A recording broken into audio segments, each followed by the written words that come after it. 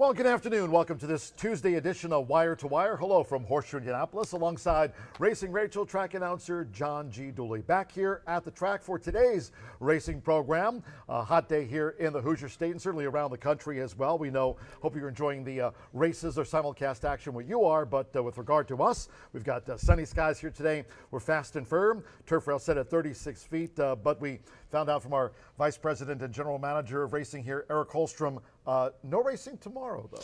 Yeah, you guys, it's really hot. People have been messaging me all day, texting me all day since 7 a.m. We have a cutoff of 105 heat index. When it gets close to that, usually E and the commission get together as stewards and they usually call it. But we're only at 98 today. However, tomorrow it's supposed to be hotter. And then we'll see what happens Thursday. It's always scary, I have found, just because I always talk to Eric. I like to figure things out, how people make decisions. And I in the past years, there's been years where Eric will call it early and then the forecast changes. Remember that when that happened last year? We ran one day and then the next day it was even warmer the day after. So it's really a tough call for management, and we really appreciate your semi-patience on the situation. So not going to be running tomorrow. We will not redraw, and we will move tomorrow's entire card to Monday, July 6th. So wow, Derby week, no sleep for us. Busy, that 10 race card on Monday again, so okay. No we love redraws. it. Wednesday's card goes to Monday, so mark that down on your calendars, including the Bradford Stakes for the quarter horses on Monday, standard post time of 2:10. Now, just want to remind everybody, as we are racing today, from Saturday, we had an all quarter horse card on Saturday. We'll recap a little bit of that here in just a moment after the weather from Fox 59. But just really quick about Saturday's card. We've got a carryover here today. Don't sleep on the 50-cent early pick 5. Yeah. $2,035. That was a carryover after the first 5 quarter horse races here on Saturday. Yeah. We kicked off at bright and early at 10:45 a.m. In fact, we actually ran a couple of races, non-paramutual races yesterday. Yeah. Those were fun to call. Getting the victories.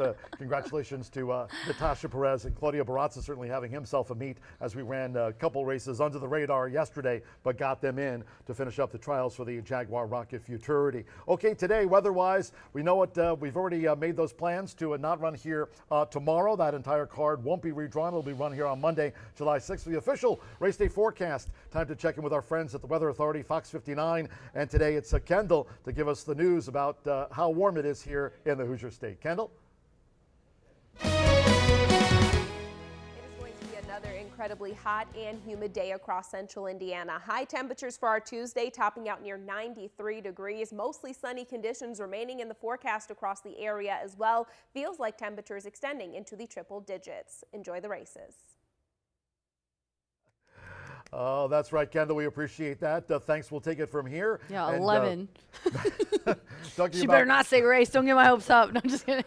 8 thoroughbred races on tap here today, and then we've got 3 more trials along for all of you today for the Blue River Derby. But getting back to the last thoroughbred and quarter horse card here at the track, well, that was on Thursday, and the final 2 races. Tony Granitz had a strong finish on Thursday's card when we capped off the thoroughbred portion of the card that day. Yeah, I thought since we, had an all quarter horse day, let's catch you up since we're back to thoroughbred today. So on Thursday, Tony had a back-to-back double, and I can't believe it. I haven't seen Tammy do this in like a decade, I feel like.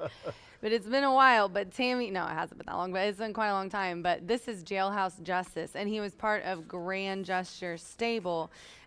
This horse really just has a special place in Tammy's heart. He's was one of the first ones we had with Tony Granitz, and just very happy to see him winning. Gosh, he loves the grass. And yes, sorry, Tammy, but I did tell Josh. Thanks, Josh and Aaron and everybody. And Cisco got in there. Cisco Torres, our jockey turned Jack's agent, is doing better. So good to see him rolling on in there. And Tammy in the winner's circle with JJ. He definitely has a special place in her heart. Cubs fan Tony Granitz there as well. JJ certainly cutting it close, but into the hands of Alex Deschard. Well-timed ride. Got the victory here. Again, a little bit of a recap from Thursday's racing card as we had that old quarter horse card on Saturday. And one more winner for Tony going back to Thursday. That was Bet Mitch. Mitchell Murrell. Bet Mitch gets 7-1 here. Phew, it worked this time. Ed's old Hashtag bet Mitch get rich. He definitely had a good job. Shout out to Shard, who continues his hot streak. I don't think we mentioned him in race 7. And then in race 8, this was Mitch on King Gerald, 1680. Yeah, the outside horse was coming in from the Kentucky circuit under Alberto Burgos, tried to lug in. Mitch keeping that straight path and keeping King Gerald, certainly, who responded to the pressure well, got the result here on Thursday's racing program. I mentioned we had all quarter horse card here on Saturday, a lot of trials, and the winner of 2 of the 8 Heartland Futurity trials, trainer Tony Cunningham, he collected his 1,000th career quarter horse victory here, that with Kissin' Jesse. Congratulations to Tony. I took PTO for a annual camping trip that my kids and I have gone on the last few years, and I got to tell you, when I saw that, I literally stepped away. There were bands and fun stuff, and I might have had a couple beers, but I immediately called Tony Cunningham, and no, it was questionable. I could have been sober the whole weekend. You don't know me. John knows me. He definitely knows me.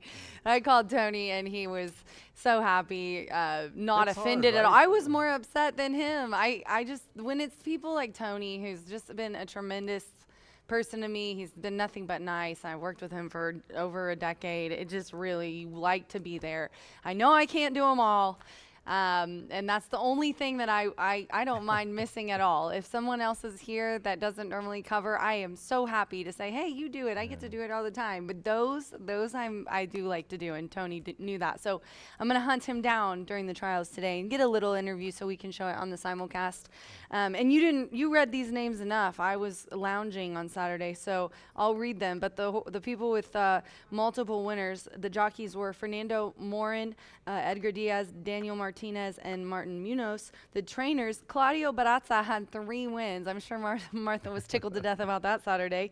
Tim Eggleston 2, and Tony 2, which has been the case, I've noticed the last few, that Tony and Tim have been pretty close, tied in their wins on these trial days. So going to be interesting. After Derby, we'll have a nice quarter horse day. Tim Eggleston leads the quarter horse ranks with 18 victories, and then there's Anthony Cunningham right there, Tony Cunningham, and Claudio Barazza. They're tied with 14, both having their typically good meets here quarter horse wise at Horseshoe Indianapolis. And one more thing about getting back to Tony's milestone, he had been sitting on 998, so it was great to see him. So not only did he hit his 1,000th quarter horse victory, but he had 2 horses win the trials for the Heartland Futurity too. Yeah. Okay, so yes, very good to note that as well. Today, Jockey's Agent Contest. Is that, yeah, Tuesday, there we go. We're going through I know it. it throws you off not running I know, Monday. well, we're about to turn, tomorrow, July 1st. And you're in Saturday. As we mentioned, and here yesterday for a couple of non-parimutuel races yesterday too, but July 14th, that's the grand finale for $1,500. Just want to remind everybody, it's free to sign up here today. If you're on track, just head downstairs, stay hydrated. We're staying weather aware here today, but certainly even hotter tomorrow. And as we mentioned here on the pre-race show, that decision made by management to not race here tomorrow, given the heat indexes, will move that entire card. Won't be redrawn, including the Bradford Stakes. That card from tomorrow will be run here on Monday, July the 6th, as we celebrate America 250. Sign up today, Jockey's Agent Contest. First Flow Road TV, stop by. You can check out the gift shop there, Railbirds, and if you're an online player, at horseshoeindycontest@gmail.com. We're not going to go into too much of Indiana Derby, but we do have Boots and Brews coming up on July 4th, so be sure to be here for that, a special racing day on July 4th. I just had a couple people ask me what my plans were for July 4th. My best friend Hannah never asks. She has nothing to do with racing, except she was Tammy's intern when we started. She even asked me what I was doing, and I had to tell her no again for the umpteenth time of my life, but that's okay because I get to work here. Indiana Derby is July 11th. We're less than 2 weeks out, and I don't know if you guys want to do your thing, but it's kind of hard to see, but that's what makes it cool. It's like a slick kind of material, yeah, and it's really neat backpack. So we're gonna show you swag. There we go. Sorry, Aaron, I knew you were gonna. We're gonna show you more of the swag as it comes in. Tammy said the shirts aren't here yet, so those should be here in a couple days. But we have tons of swag, and I wasn't knocking Tampa Bay on Twitter today or anything, but Why? someone tried to say that they're like some of the promos were different when when you get swag for promos, it's completely different for what we do for our headline days. And I just wanted to say that we go above and beyond on Indiana Derby Day and Indiana Champions Day. We don't just give stuff away for promos. It is on every table. It is given away to as many people as we possibly can on those days. So very proud of still being one of those tracks that loves to give stuff away. And I'm very happy that Margot set up that as well before her retirement. Farewell, Aqueduct. By the way, social media. Oh, yeah. We've got you covered social media-wise. If you'd like to reach out to us, you certainly can. You can follow me, Rachel, Brian Aragoni, Martha Clausen. We're all on social media, as well as the track. Check us out. There we go. And track-wise, also on X, on IG, and subscribe to our YouTube channel at Horseshoe Indianapolis Racing. So here we go today. Fast and firm, turf rail of 36 feet. We mentioned about the Wednesday card. No racing here tomorrow. That card will be moved in its entirety. No redraws to Monday, July the 6th. Post time at 2:10 today. We have a special post time. Hope you can join us. America 250 will be racing here on the 4th of July, Independence Day, and special post time this Saturday at noon. I thought you were going to say America's Day at the races, and I almost had a heart attack because I was like, I don't have that date on my calendar. Keep it right here on this Tuesday edition of Wire to Wire when the pre-race show returns. It's the B Block, back with Brian Aragoni right after this.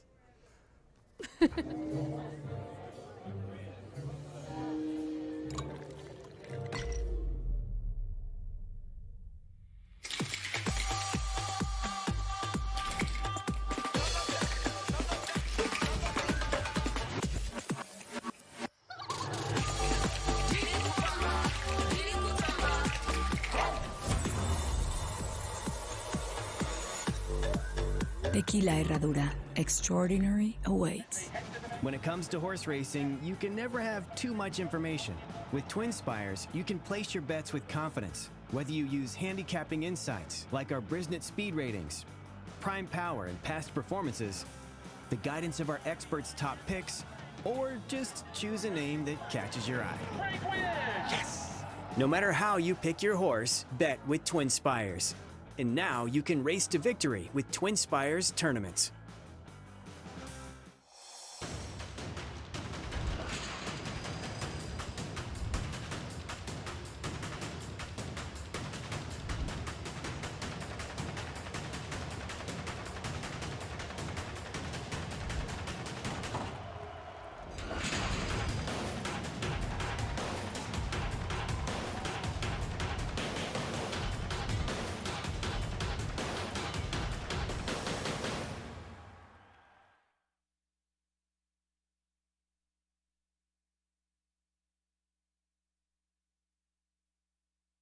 Away from the opener here at Horseshoe Indianapolis. Beautiful Tuesday here. Hot and sticky one. Rachel and I will be taking you through the horses' conditions and how they look out on the track. We'll have some shortened warm-ups as well, likely going right from the paddock to the post in most cases due to the heat. And we did move our card tomorrow as well. But we've got 11 set to go to the post in here today. We've got some great turf racing coming up. Rail set at 36 feet. That'll be the first time all season long we've had that rail setting at 36 feet. So moving outward, and with that, I think today's races are completely wide open. In fact, I think that late flyer 5 has an opportunity to truly pay a lot, and this early pick 5 is challenging as well. I mean, it begins in the opener with all first-time starters, no horses with experience, very rare. We've got 2-year-olds taking the main stage in here. Scratch the 1 and the 3. Those are 2 large scratches. The 3 did come off my ticket when I was typing it in today. I only used 4, 5, and 6. Originally was going to use the 3 and playing against the 1, but ultimately we're going to use just 4, 5, and 6 in the opener. And it looks right now the early money has come in on Frosted Mooncake. Burgo is going to be riding for Randy Klopp. He owns and trains race number or horse number 2 in Frosted Mooncake, the 2-year-old filly by Frosted.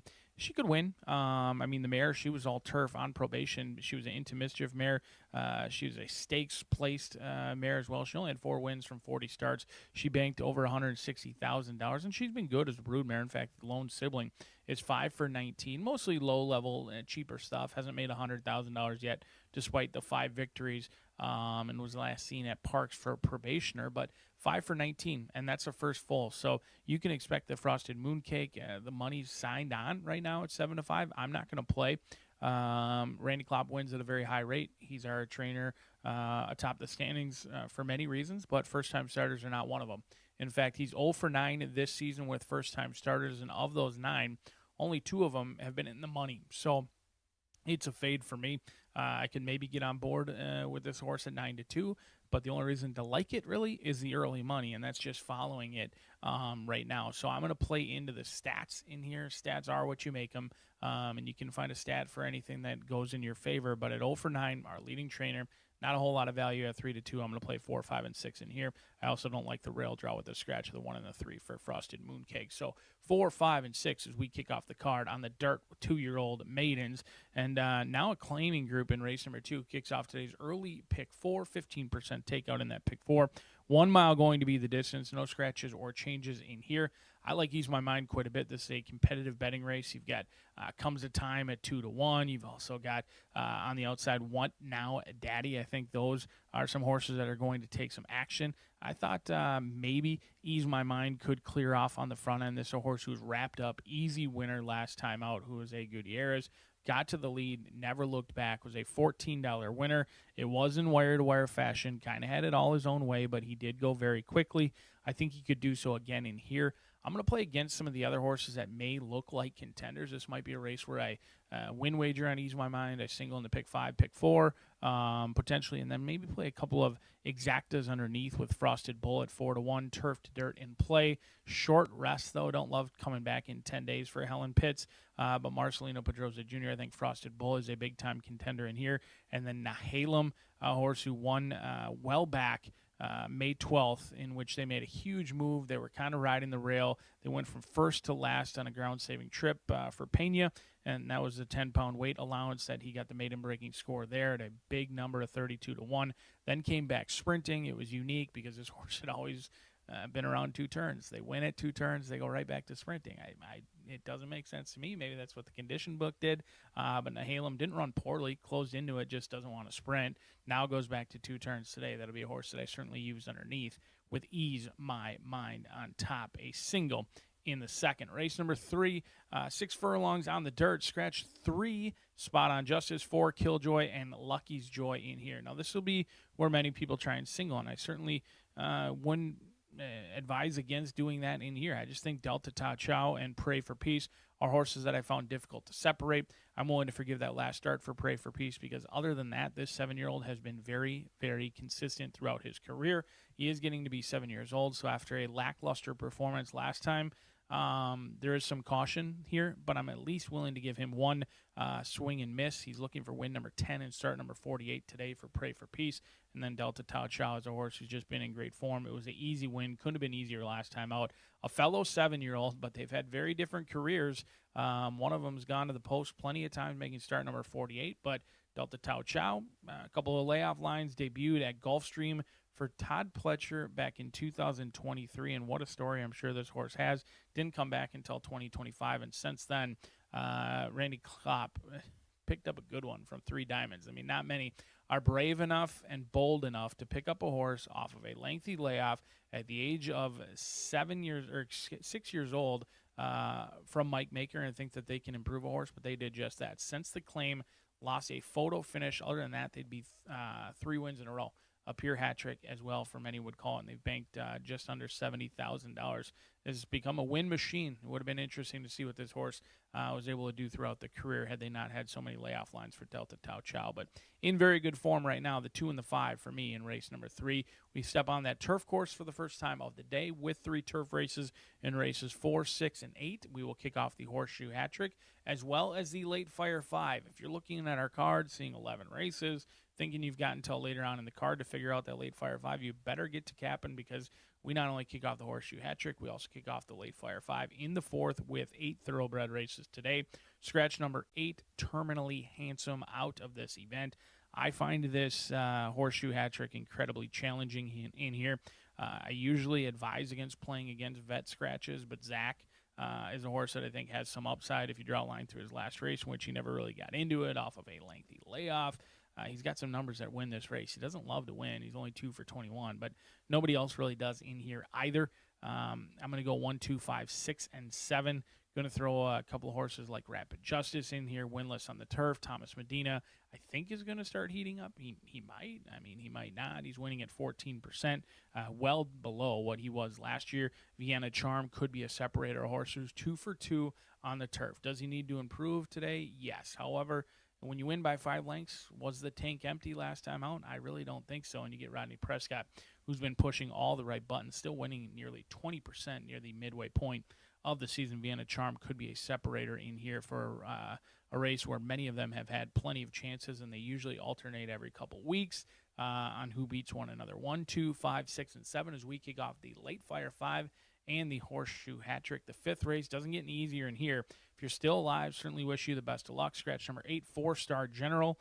We're going to go as deep as possible. 1, 2, 3, 4, and 7. No real confidence in this race. I think it's a wide open clomp fest down the lane. I think it's going to be who gets the best trip. In here, you've got a ton of horses that look like they want to be on the lead, don't necessarily want to finish their races. I thought Mi Sargento was going to be a horse that I vowed to never play again after getting the maiden breaking score in start number 21, and that's no disrespect. Sometimes a horse breaking the maiden, it could be the worst thing for the owners. And this is not the case with Mi Sargento. I mean, his numbers certainly fit in here. And since getting that maiden breaking score, he's kind of held his own against winners. He's a horse who's picked up pieces. He ran a good race against an allowance group, which is a massive jump in class after being 0 for 20. Jumped up from maiden $15,000 claimers to an allowance N1X. Didn't run poorly at 41-1, and then ran third. The non-winners at 2-level sprinting, which I think he ultimately wants to go 2 turns in here. Mi Sargento, a surprise on my ticket, and hopefully he will be on your ticket as well, because I do think he stands a long look in here at 6-1. But an interesting race to see how it plays out. Non-winners at 2 for 3-year-olds. All looking for their second career victory, going a mile on the turf with 18 minutes away from the post. Whether you are enjoying Wimbledon or just trying to stay out of the heat across the Midwest, sit back, relax, and enjoy, because we've got 11 of them carded for you on a Tuesday here at Horseshoe Indianapolis. Good luck today.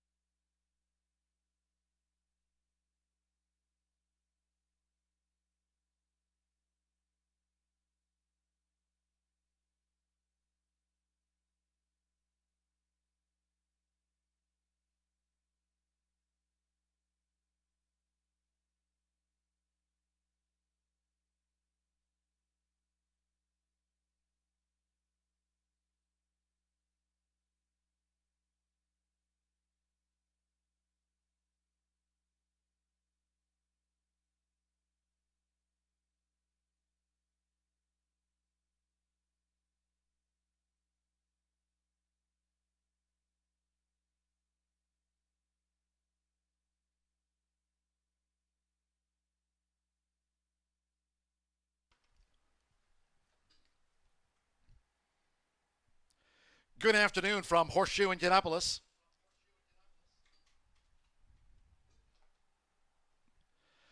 Hello now from the broadcast booth. Great to have you with us today. Track announcer John G. Dooley. 11 races in total, 8 thoroughbred races. Final 3 trials for the Blue River Derby. Over the 400 yards, sunny skies, temperatures Around 90, main track fast, turf course firm, and the turf rail this week will be set at 36 feet, fast and firm today. If you have your programs close by, let's take a look at the changes and corrections on today's racing program. Maiden Juvenile Fillies sprint to start. Scratch the 1 isometric and the 3 shardy. Top of the card, scratch the 1 isometric and 3 shardy. There is a carryover in the 50-cent early pick 5.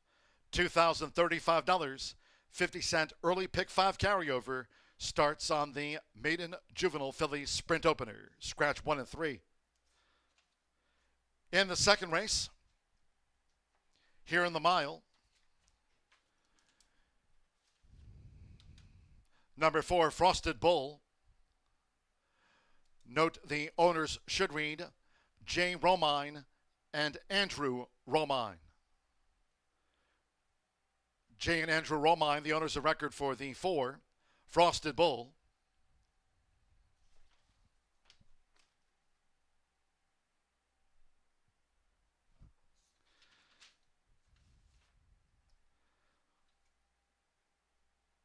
Also, there were a couple of overweights there in that second race mile. No scratches, no jockey changes. Couple of overweights in race 2 over the mile. Okay, on to the third. Here in the sprint, scratch 3, Spot on Justice. 4, Killjoy, and 6, Lucky's Joy. Scratch the 3, 4, and the 6. That's from race 3. In the fourth race, starts at the $1 Horseshoe Hat-Trick All Turf Pick 3. In the fourth, scratch the main track only entered the 8, Terminally Handsome. There's the scratch. 8, Terminally Handsome has been scratched, was entered as an MTO course verb. In the fifth race, another over the mile, the 1 Infinite Speed, 1 pound over, and scratch the 8, 4-Star General. 8, 4-Star General has been scratched. Turning to the sixth, now here in the Maiden Turf Sprint, note the 6, Apostles Creed, is a first-time gelding. Designation there, FTG. 6, Apostles Creed, a first-time gelding in race 6 at 4:45. On to the seventh race we go. Here, scratch the 4, Lighting Fighter. Number 4, Lighting Fighter has been scratched. No rider changes. 1, Sly Guy, 1 pound over the program weight. In the eighth race, Maiden Turf Mile,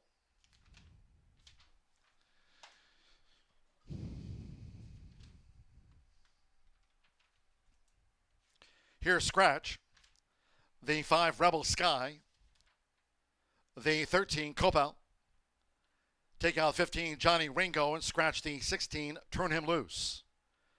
The also eligible, the 14, Unresponsive, draws in. Unresponsive, the number 14, Will Run. Scratch the 5, 13, 15, and the 16. Number 12, Pro Fever, jockey change to Alberto Burgos. Among the meet leaders with 22 wins here this season, Alberto Burgos on 12, Pro Fever. Number 3, Unbridled Valor, 1 pound over. Race 9, the first of 3 trials for the Blue River Derby. Here, scratch the 2, LB Royal Quick Perry, and 3, Kiss a Favorite. Scratch the 2 and the 3. Overweights, the 1 plus 4, the 4 plus 2, make the 5 plus 5, and the 8 AP Jesse's Cartel, add 2 pounds to the weight, makes it there now 128. In the 10th of 11, here no scratches, no rider changes. Overweights make the 3 plus 2, the 4 Coyote Kiss 2 over, make the 5 plus 5 pounds, and 8 HH Shake 'em Kate, 4 extra pounds. Race 11, it's a 7:08 finale. Scratch the 2 Vikina. 2 Vikina has been scratched. The 1 He's a Classic Cowboy plus 2. 3 API Mad Dove, 2 extra pounds. 6 Nitro Beach is 5 pounds over. Race 11 at 7:08, the third and final trial for the Blue River Derby tonight. Sunny around 90. Main track fast, turf course firm. Turf rail set at 36 feet. Maiden Juvenile Fillies in the walking ring for the first of the day. Stay hydrated. Post time 10 minutes away. Make it a great day with us here at Horseshoe Indianapolis.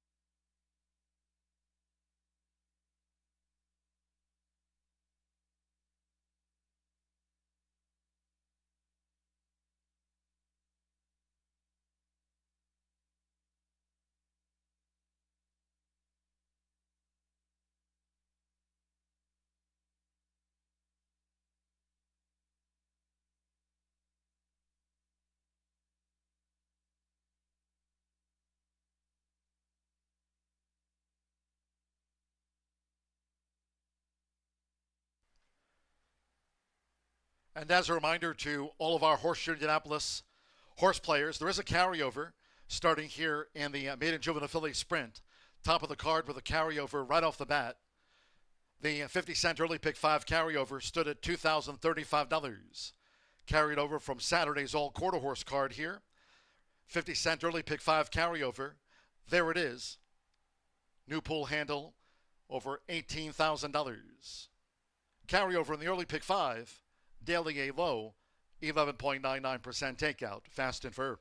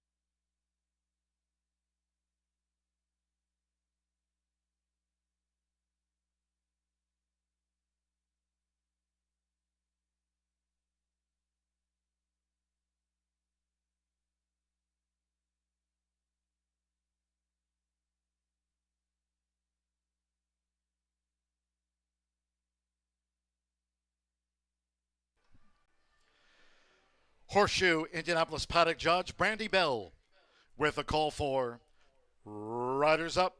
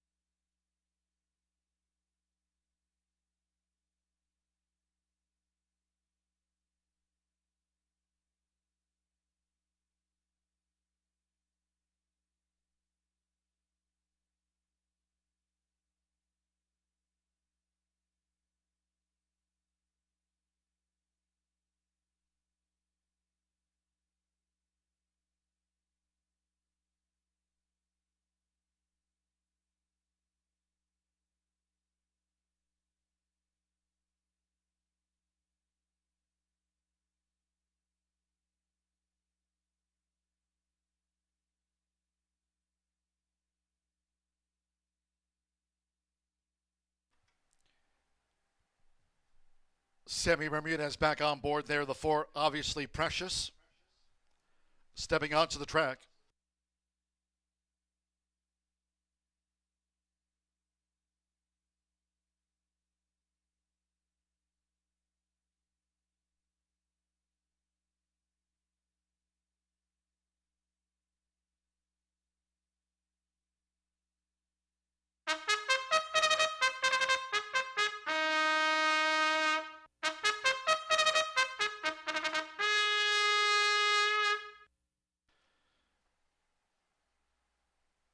With 2 minutes to post time, Maiden Juvenile Filly Sprint starts the card over the 5 furlongs, a field of 6, all debut.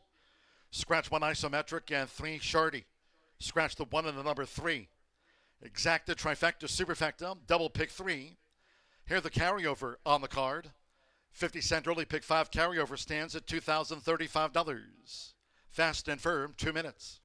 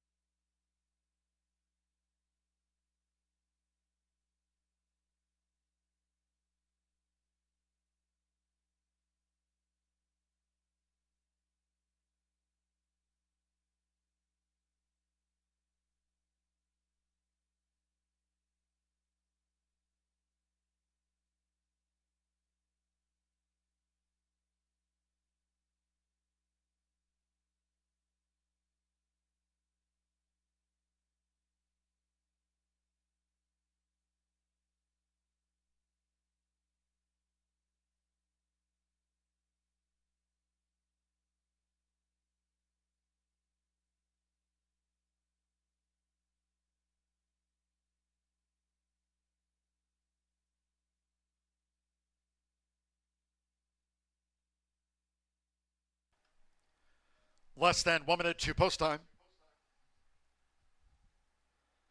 Start to the 50-cent early pick 5 at hand. The carryover stood at $2,035. The horses are approaching the starting gate.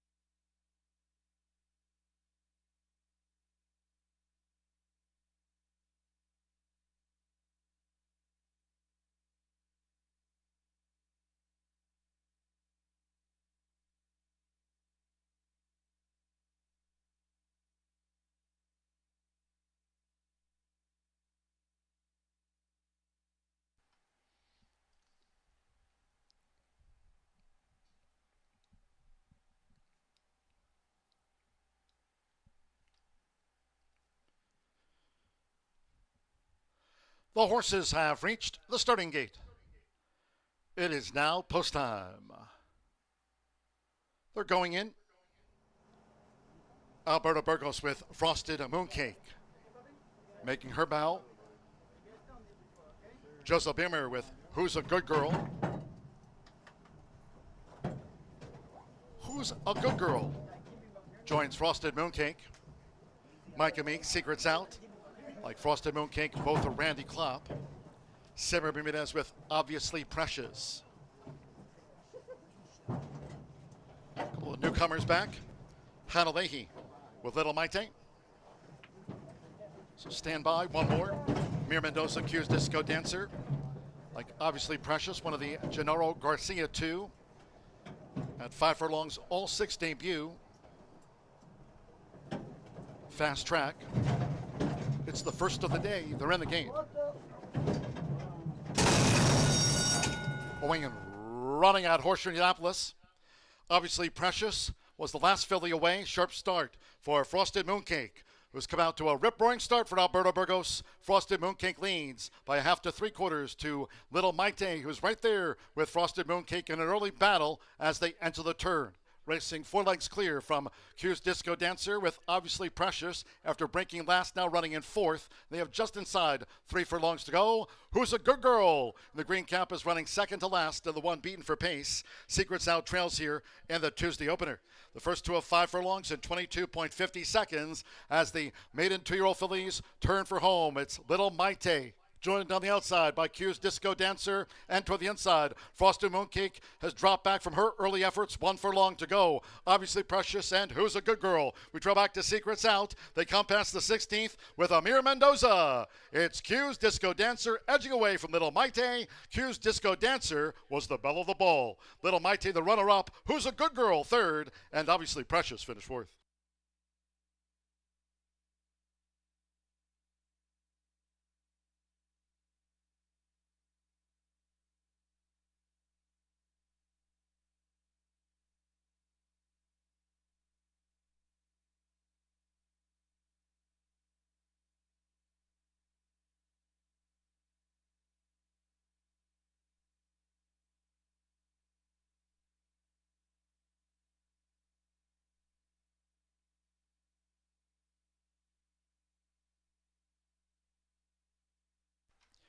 One minute point 13 seconds after the maiden juvenile filly sprint. Fast Track 1 minute point 13. Unofficial 85648 Q's Disco Dancer. 16-1 first. Number 5, Little Maite. 9-2 on the runner-up. 6, Who's a Good Girl? At 2-1 third, and 4, Obviously Precious. After a slow start, fourth and getting into the frame. 8-5-6-4, Amir Mendoza. 16-1 for Gennaro Garcia. Southwest Racing Stables, Bruce Murphy and Lori Murphy. Their newcomer at 16-1 was the belle of the ball.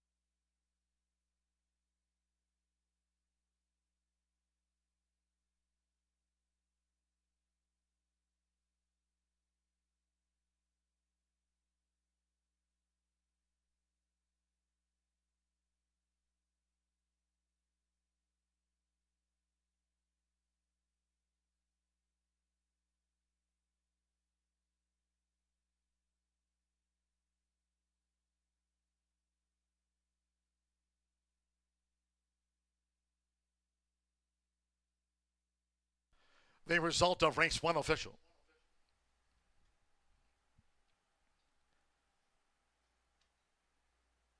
$89,433 was the early pick 5 pool. Closed at $89,433. And the Murphy Trailer Sales Winner's Circle, the 8, Q's Disco Dancer with Amir Mendoza.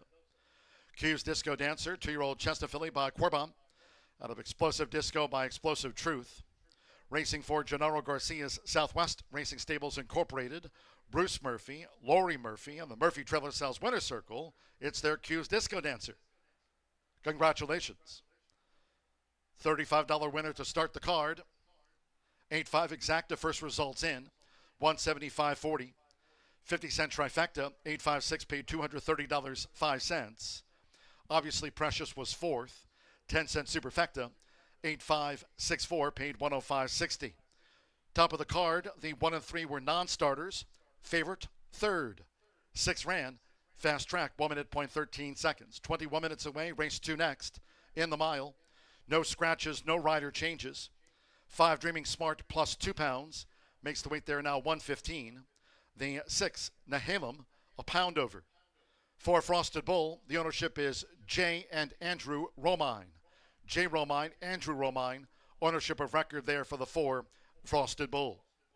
All 7 run over the mile, exacta, trifecta, superfecta, double pick 3, starts at the $1 early pick 4. Main track fast, again the turf course firm. Turf rail this week set at 36 feet. Post time, 2:41 in all cases if you can. Please do try to make your Horseshoe Indianapolis selections and wagers today early and stay hydrated. Thank you. Coming up in a moment, our first race replay of the Maiden Juvenile Fillies Sprint. Hope you had a bet on Q's Disco Dancer.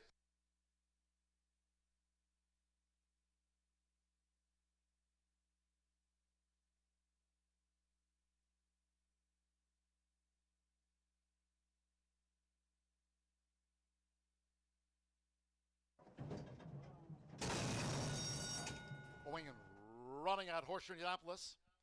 Obviously Precious was the last filly away. Sharp start for Frosted Mooncake, who's come out to a rip-roaring start for Alberto Burgos. Frosted Mooncake leads by a half to 3/4 to Little Maite, who's right there with Frosted Mooncake in an early battle as they enter the turn.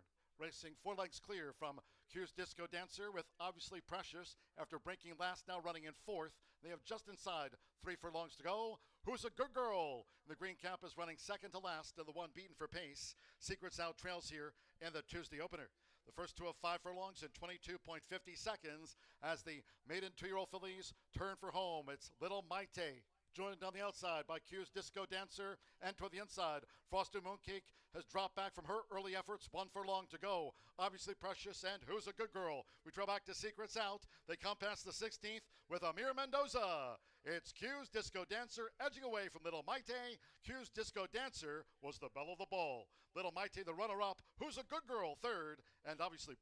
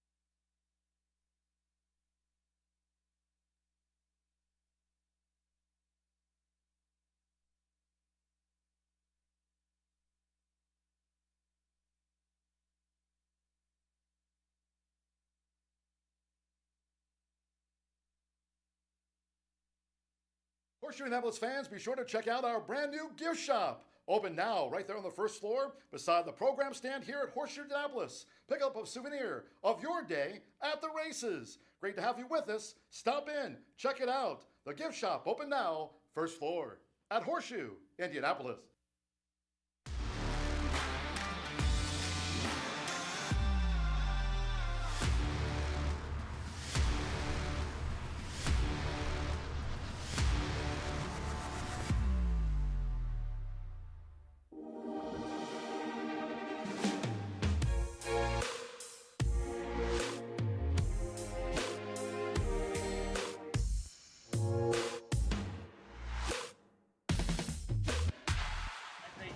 When it comes to horse racing, you can never have too much information. With Twin Spires, you can place your bets with confidence, whether you use handicapping insights like our Brisnet speed ratings, prime power and past performances, the guidance of our experts' top picks, or just choose a name that catches your eye. Yes! No matter how you pick your horse, bet with Twin Spires. And now you can race to victory with Twin Spires tournaments.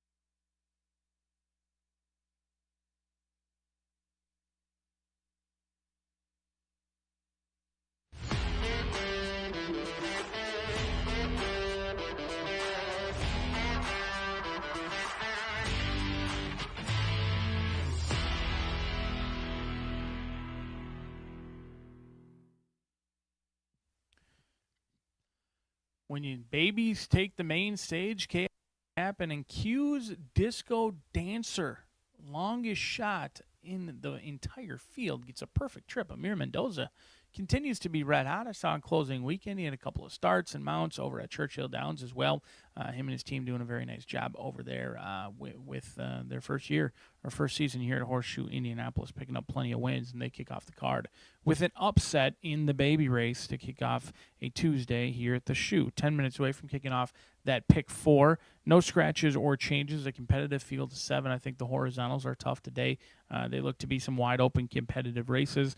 My now defunct pick 5 ticket would have been singled to ease my mind. I will single that horse in the pick 4 right now, trying to take advantage of some of that 15% takeout. 1 mile going to be the distance. When you draw the rail, hopefully you have speed, and this one does have some speed. If so, they can hold the rail. They have the shortest way around the track, and I'm hopeful that they can duplicate their performance from June 4th. 3 wins from 13 starts. Hasn't really been all that consistent, though. They did like this one enough to claim for 5,000, and it looked like a great claim. Jumped up to the from 5,000 N2L to 20,000. Got the win, got their money back in a dead game effort over Strangers Church, who's gone on to do big things. The third place finisher Chisel that day won on debut, and since then is 0 for 25. So wasn't sure what to make of that last season in the fall, but the connections thought, wow, we've got a good thing going in here. They tried a $100,000 Itoba Stallion handicap since then, last season in the fall, back on October 1st against Rapid Justice, and they were third all alone, kind of chase dueling leaders, never really made an impact. They came back this season after trying one start at the allowance ranks. They got in a reasonable spot. They went off at 6-1, and they were really a much the best winner that day. I know they only won by a half length, but it was a easy measured half length in my opinion, and that was a couple of weeks ago when John Heron was hot. Now he's 5 days. He's only got one start the past 5 days, so not sure what to make of that with the barn yet. But I think this horse, despite going up in class again, deserves a long, long look. I am hopeful Gutierrez uses the same game plan as he did in the 2 wins. He's been aboard at 2 of the 3 wins. They went right to the lead. This horse will fight and will dig down deep, and he's got the shortest way around the track. I think he's in with a big chance, and don't overlook that last time he was on the rail as well. So he's fearless down on the inside, and he's willing to fight if you put him on the lead. 5-2 on the board, but a lot of money's come in on Frosted Bull. It's expected. You've got a Louisville shipper over to Shelbyville. I just don't like this horse's short break. From June 20th at Churchill Downs, I'm sure this race was kind of an afterthought on June 30th, just 10 days later. Not a move that Helen Pitts makes very often, but when she sent horses to Horseshoe Indianapolis, she's won with good success. Now, in fairness, this is a small sample size. She's only done so once this season, but she is a perfect 1-for-1. So make what you want of that. I do like horses that go turf to dirt. Helen Pitts has done the 10-day layoff 4 times in her career. She's been in the money, 50%, 2 of the 4, and won 1 of those 4. She did win it the first time she tried. It was all the way back in 2021. So not a move that their team makes very often. They won the first time they tried it in 2021. Since then, they've only tried it one other time this season with Sweet Talking Woman, and it didn't yield very good results. They finished 10th of 11 over at Churchill Downs. So make what you want of that, but the money has come in on this good-looking gray, whose numbers certainly make sense and get some class relief today. 9-5. My guess would be a lot of people taking just action that this horse has faced significantly tougher than they will today. The 6 is Nehalem, Terry Vaughn, Alex Ashard, as Terry Vaughn owns and trains this lone one-time winner from 7 starts with 3 second-place finishes. Another one who was claimed, in fact, claimed multiple times, claimed for 15, then just a couple of races later, claimed for 5,000. Again, looked like a great claim. Claimed for 5,000, bumped up to 12,500, which I view as fairly lateral between 5 and 12.5. Not a whole lot of difference, and not a whole lot of claiming out of those types of races. But in this one, they got the job done. They were well back. They made a big move from last to first. They did get a ground-saving trip under the 10-pound apprentice Pena that day at 17-1 in a small field here at Horseshoe Indianapolis. That was earlier this summer, back in May. Then they sprinted against winners for the first time, and a horse who had never been less than 2 turns, was going against winners for the first time, opted to sprint. It was a unique spot. It was a challenging spot. I'm willing to forgive, and I think Nehalem is certainly a must-use underneath if you're playing those exactas and trifectas as well. 7-1. This horse is in good form. You can forgive that last start. He was closing into it, and it's a distance that I don't believe this 3-year-old colt prefers. Terry Vaughn owns and trains 7-1, an interesting sort in here in Nehalem. But I am all about ease my mind. After the first race is done, hopefully your mind is eased if you're still alive in that early pick 5. But if you're like me, we kick off again with the pick 4, 15% takeout, $1 minimum. We'll stretch it out and go 1 mile in here. We've got a couple of very nice turf races coming up, some wide open racing action on a Tuesday at Horseshoe Indianapolis.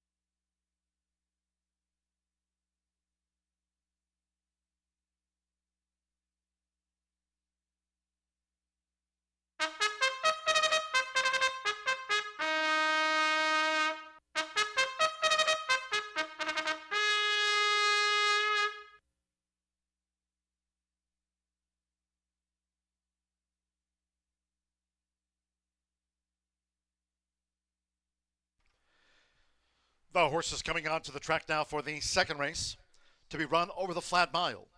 Afield is 7. 5 Dreaming Smart 2 pounds over. 6 Nehalem a pound over. 4 Frosted Bull the ownership J. Romina and Andrew Romina ownership correction. 7 run Exacta Trifecta Superfecta double pick 3 starts at the $1 early pick 4 Fast and Firm.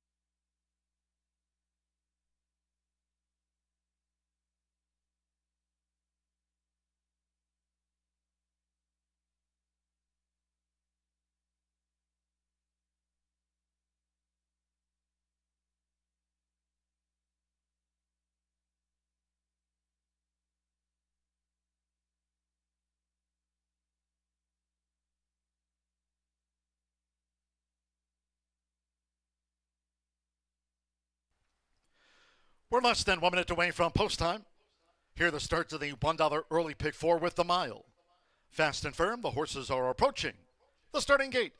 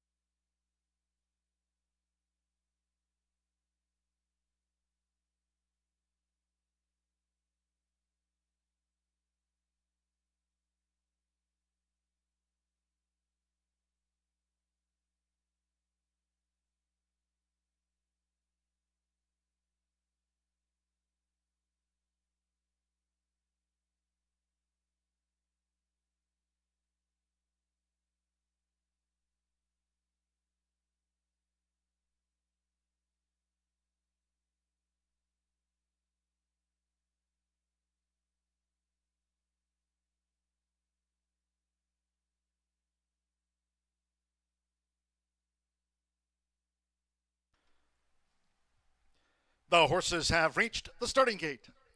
It is now post time. Jose Gutierrez with Ease My Mind. Like What Now Daddy, both for John Harron here in the mile. Frosted Bowl, Marcelino Pethosa Jr. with 27 wins at the meet. Loading up, Comes a Time would be a double for Amir Mendoza with Gennaro Garcia. Joseph Romero with Dreaming Smart to post 5. Joseph Biomer with High as the Sky drew 3. Here all 7 run. 2 at the back, Alex Achard and Halem. This over the mile. What Now Daddy, co-leader Fernando de la Cruz with 27 wins here this season. Second of the day from Horseshoe Indianapolis. They're in the game.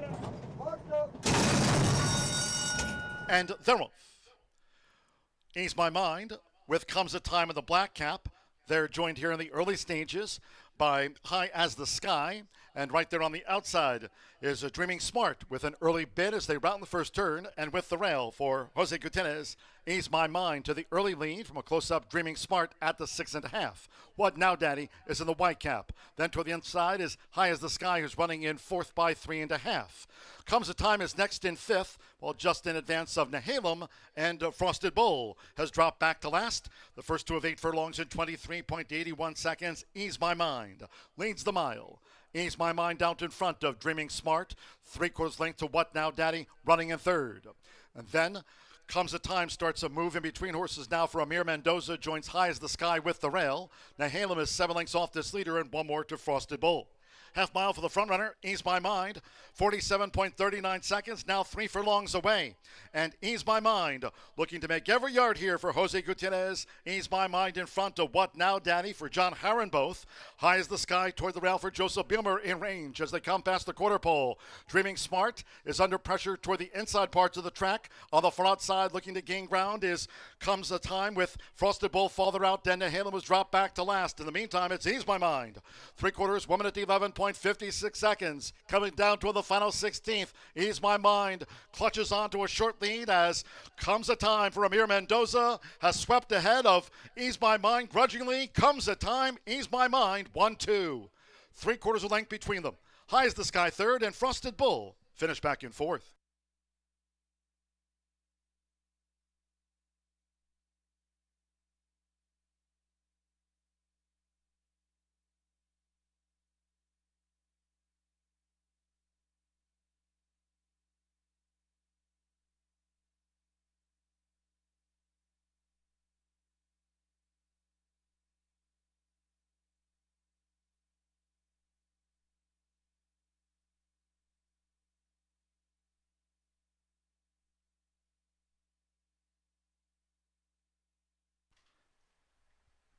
.137.31 after the mile. 2:13.42. Comes a Time. 6-5 first. 1 Ease My Mind. 2-1 second after the mile. 3 High as the Sky at 35-1. Rank Outsider was 3rd. And the 4 Frosted Bull. 5-1 4th. There it is in frame. 2-1-3-4. Hold all until official. Well, Amir Mendoza with a quick fire double for Gennaro Garcia, who's now tied at the top of the meet score sheet with 24 wins, 27 wins for both Gennaro Garcia and Randy Klopp. They're tied. It's a double for Amir Mendoza.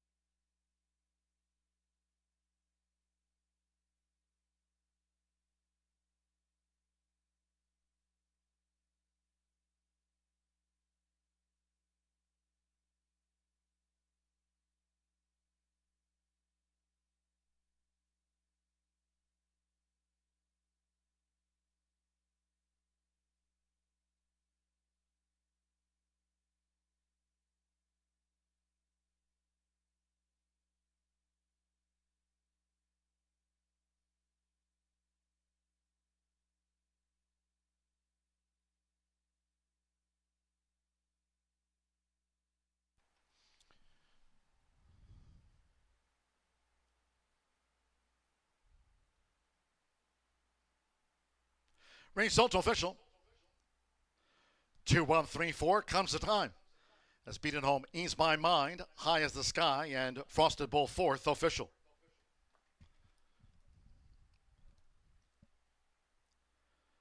Returning to the winner's circle, the 2 comes a time. Riding double, the first 2 for Amir Mendoza. Comes a time is a 4-year-old dark mare brown colt by Not This Time.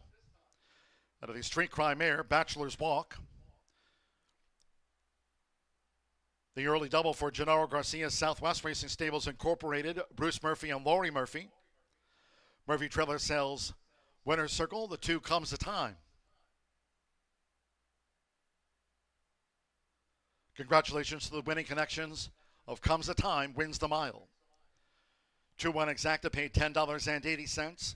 50-cent trifecta, 2-1-3, $37.50. The Amir Mendoza, Gennaro Garcia double. Bruce Murphy, Lori Murphy, they sweep it. 113.40. Frosted Bowl was fourth. 10-cent superfecta, 2-1-3-4 paid $27.89. Here the favorite first, all 7 ran. 137.31 seconds, fast track. Race 3 next on the docket. 21 minutes away. Scratch from the sprint, the 3 Spot On Justice, 4 Killjoy, and 6 Lucky's Joy. Scratch the 3, 4, and the number 6. Exacta, trifecta, superfecta, double pick 3. Post time will be at 3:12. And once again, just to serve as a reminder for all of our Horseshoe Indianapolis fans that the Wednesday card, tomorrow's card, has been canceled in anticipation of the heat wave here due to the forecast of high temperatures. No live racing here on Wednesday. That card will be run on Monday, July the 6th. Racing scheduled here on Thursday this week. No live racing on Friday. Saturday, hope you can join us here for the 4th of July card. Kicks off at noon to celebrate Independence Day, America 250. There's that reminder that the Wednesday card, tomorrow's card, has been canceled, but will now be run on Monday, July 6th, with a post time of 2:10 p.m. And again, live racing scheduled this week at this stage on Thursday from 2:10. No live racing on Friday. And Saturday, the 4th of July, join us here for the holiday. Saturday post time on the 4th at noon. Coming up in a moment, our replay of the mile. Comes the time. Amir Mendoza sweeps the double. Gennaro Garcia now tied at the top of the meet leaderboard.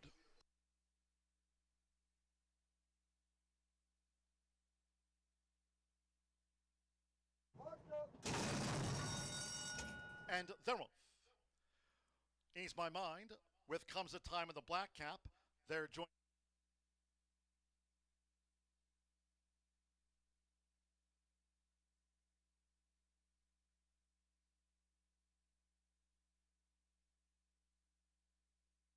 They're in the game.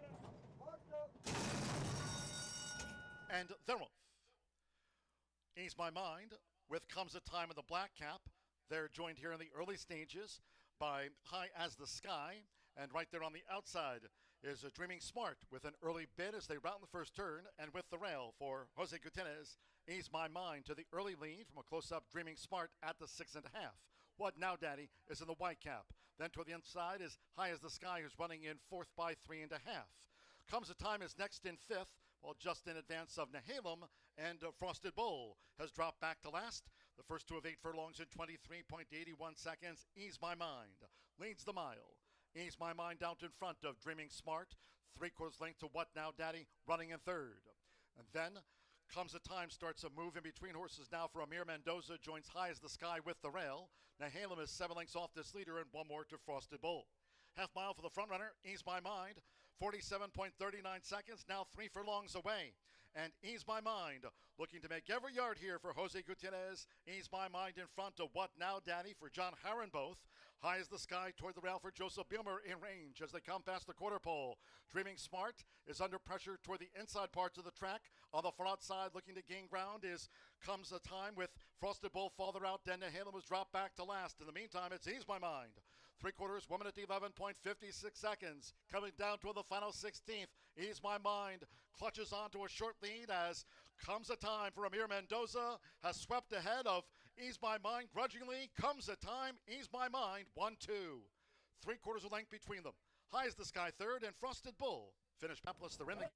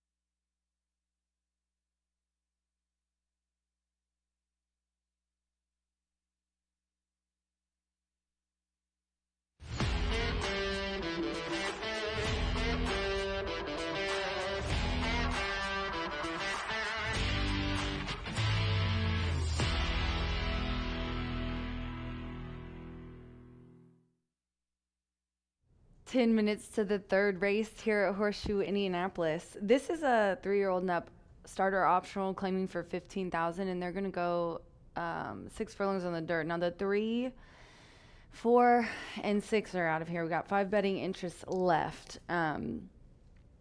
This is obviously open. These horses have been running, you know, in a similar class. One of them's coming out of an allowance. Some of them are moving up. It's just a real kind of cluster of a race. A little bit of this, a little bit of that. The 2 right now is 6 to 5 on the tote board, but I'm going to go with Nabokov here on top. 9 to 5 on the tote board. This gelding looks really good. He has, first of all, I'm falling in love with the time form. I know you guys have seen A.I. Allen, DRF sponsored our Indiana Oaks last year. And I started out as a Brisnet girlie. I still love the Brisnet speed figures overall, but the time form, just wonderful. And Nabokov has an early pace rating of 110, and he should look really good. I mean, look at all these starts. Not only does he draw the inside most of the time, but he has such early speed. Now, he's outside today, but a shorter field. I'm not going to take that too into account. I do think with the overall performance indicators, the numbers, the spotlight rating, and the early pace, I just couldn't go away from him. He's won $323,000 life. He hasn't ran in Indiana dirt. David Jacobson is the trainer and brings him here from where he's been in Kentucky previously. Before that, he was at Aqueduct. So yeah, I'm gonna go with the newbie. There's plenty of horses in here. A couple of them have been scratched, but my other horse definitely hasn't raced here. A couple of them haven't, but I'm gonna go next to the 2, which is the heavy favorite at 7 to 5 here in this field, and that's Delta Tai Chi. Irving Mancada is aboard here. Just love Irving. He also has a very nice spotlight rating. As you can see, this is another horse where they've put it in where it's consistent. You got to go all the way back to June of last year, so over a year ago, to find him placing anywhere outside of worse than second. So this is a very talented guy. He is consistent. He's 8 of 9. He's 7 years old. I mean, they've literally picked the spots where they knew, I think, they could win. Obviously took some time off from June to the first week to January. Then they ran him a couple times. Then he had another little break. So kind of an interesting horse. He's 7. He's a gelding, and he's only ran 9 times, but definitely a wonderful success rate. And he's 2 for 2 here at Indiana, which are those last 2 wins, and they weren't just little wins. I mean, this guy won by 4.5, 4. Now, he had ran against the 1 before, but we'll see what he does with the 7. And then I'll round it out with the 5. This horse probably will track the pace. Now, depending on how you see this one playing out, might be a smart pick. But you've got Mitchell Merle aboard for Chris Hartman. First of all, I love Mitchell Merle. I'm so glad he moved his tack here. He's an amazing guy. Sire's pretty babies too. I was kissing on him last week. He's a talented jockey. He had a big winner as well. Bet Mitch Get Rich last Thursday. He had like a $16 winner. And then Chris Hartman. I can't say enough about Chris Hartman. He's usually in Kentucky. I love when he comes up here. He runs Fairview over the years. Always, got to sit with him and talk to him at Churchill in the Gold Room, and he just is a wonderful guy. Told me a lot about horses. He always has some smart comment to make about his running. I didn't text him today because I just thought this one fit in here. I mean, if you go back to some of these starter races at Oaklawn, this horse was very, very competitive and put up wonderful numbers. But like I said, if you're looking for something maybe a little off the pace, he's a little bit of a tracker, and he might be the one. It depends on how this race might go. If it doesn't go too fast, you could capitalize on Prayer for Peace's closing ability. He can definitely come from quite a few off the pace. And like I said, the connections, I'm giving a big double thumbs up to Mitch and Chris. So Prayer for Peace going to be interesting here. 7-2-5, only 5 betting interest, but I'm going to go with the 7. It's 2-1 right now, but that's my top selection, and that is Nabokov here in the 3rd race. Good luck.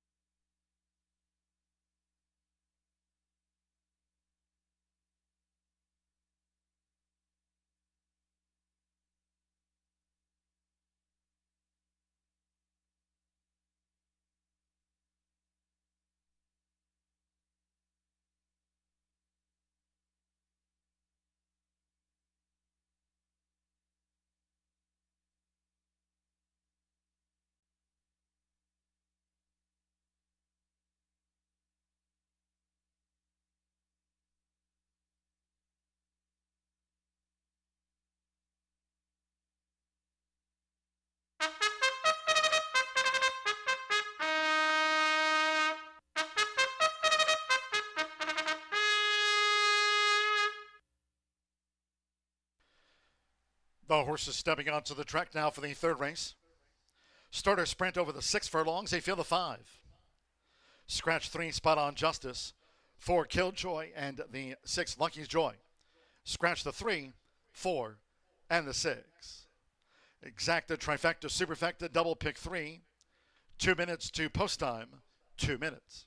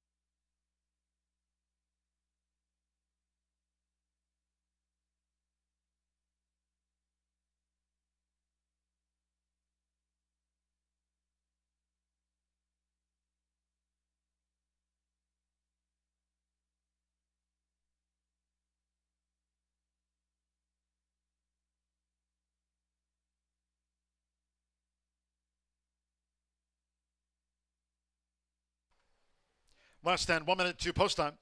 The horses are approaching the starting gate.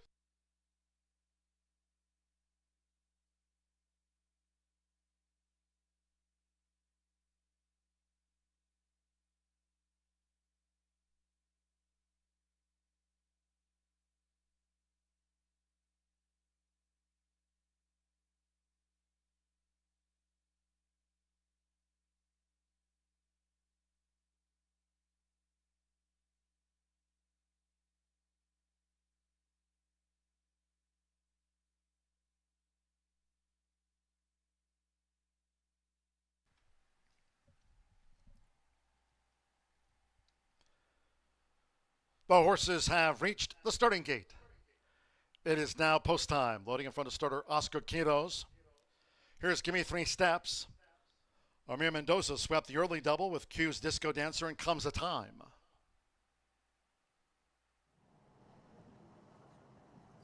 Now Irving Moncada, Delta Tau Kai has joined Gimme 3 Steps. Mitchell Murrow with Pray for Peace. That leaves 2 back. Joe Ramos with Nabokov. At 6 furlongs, 1 more. Alberto Burgos zapping it. It's the last out winner here. All in line. They're off and sprinting. Zapping it.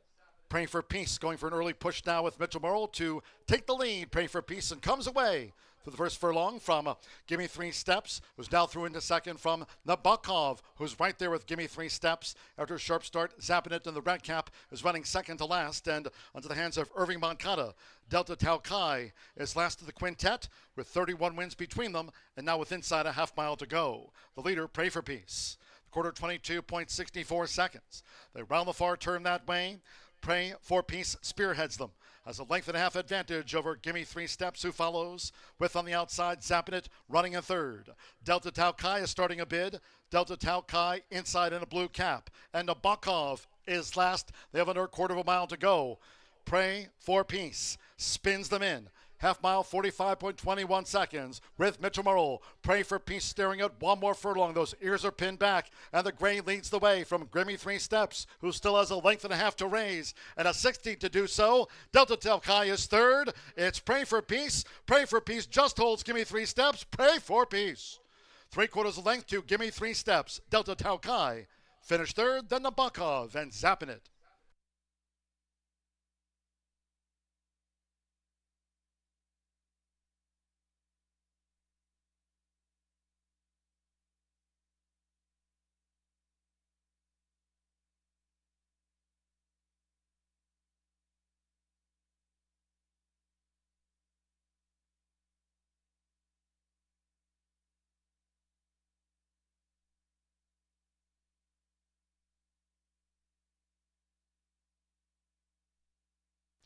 (109.71) after the starter sprint. 109.71. 5-1-2-7-5. Pray for Peace. 7-2 first over 1. Gimme 3 Steps. 4-1 was always being kept at bay by Pray for Peace. 2 Delta Tau Kai at 6-5. Favorite runs third in the starter. 7 Nabokov fourth and 8 zapping it was last home. 5-1-2-7-8. Mitchell Murrow on the Tuesday score sheet. Teaming with Chris Hartman for JD Thoroughbreds. Pray for Peace, now a 10-time winner.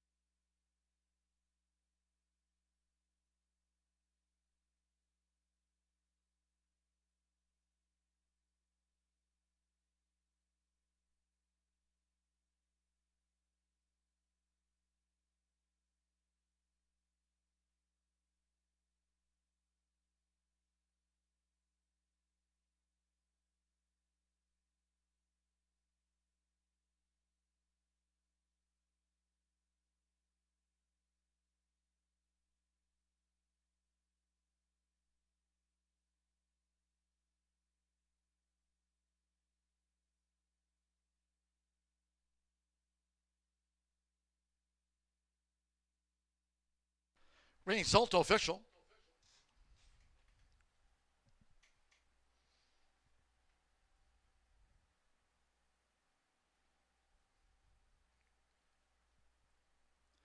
Returning to the Murphy Trailer Sales winner circle number 5, Pray for Peace with Mitchell Murrow. Pray for Peace is a 7-year-old. Gray Roan Gelding by Liam's Map. Out of a Star Pearl by Tappet. Chris Hartman trains for Jackie Slosson's JD Thoroughbreds LLC. Horseshoe Indianapolis congratulates the winning connections of Pray for Peace.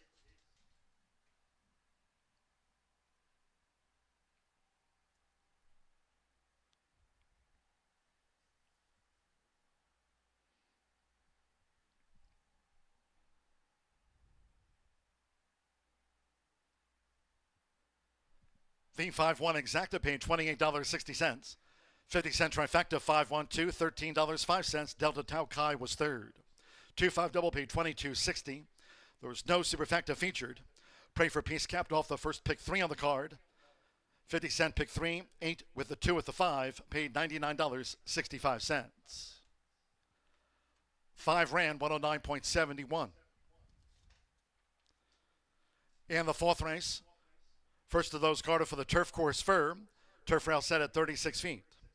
And the turf mile, scratch 8, terminally handsome, was entered as a main track only. Turf firm, scratch the MTO, the 8, terminally handsome. Exacta trifecta, here the superfecta.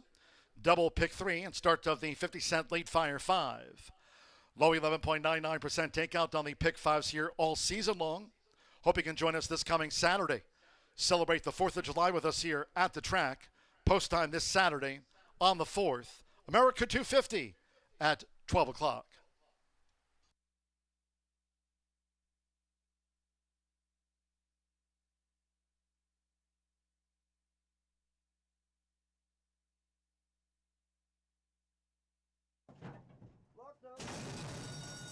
They're off and sprinting.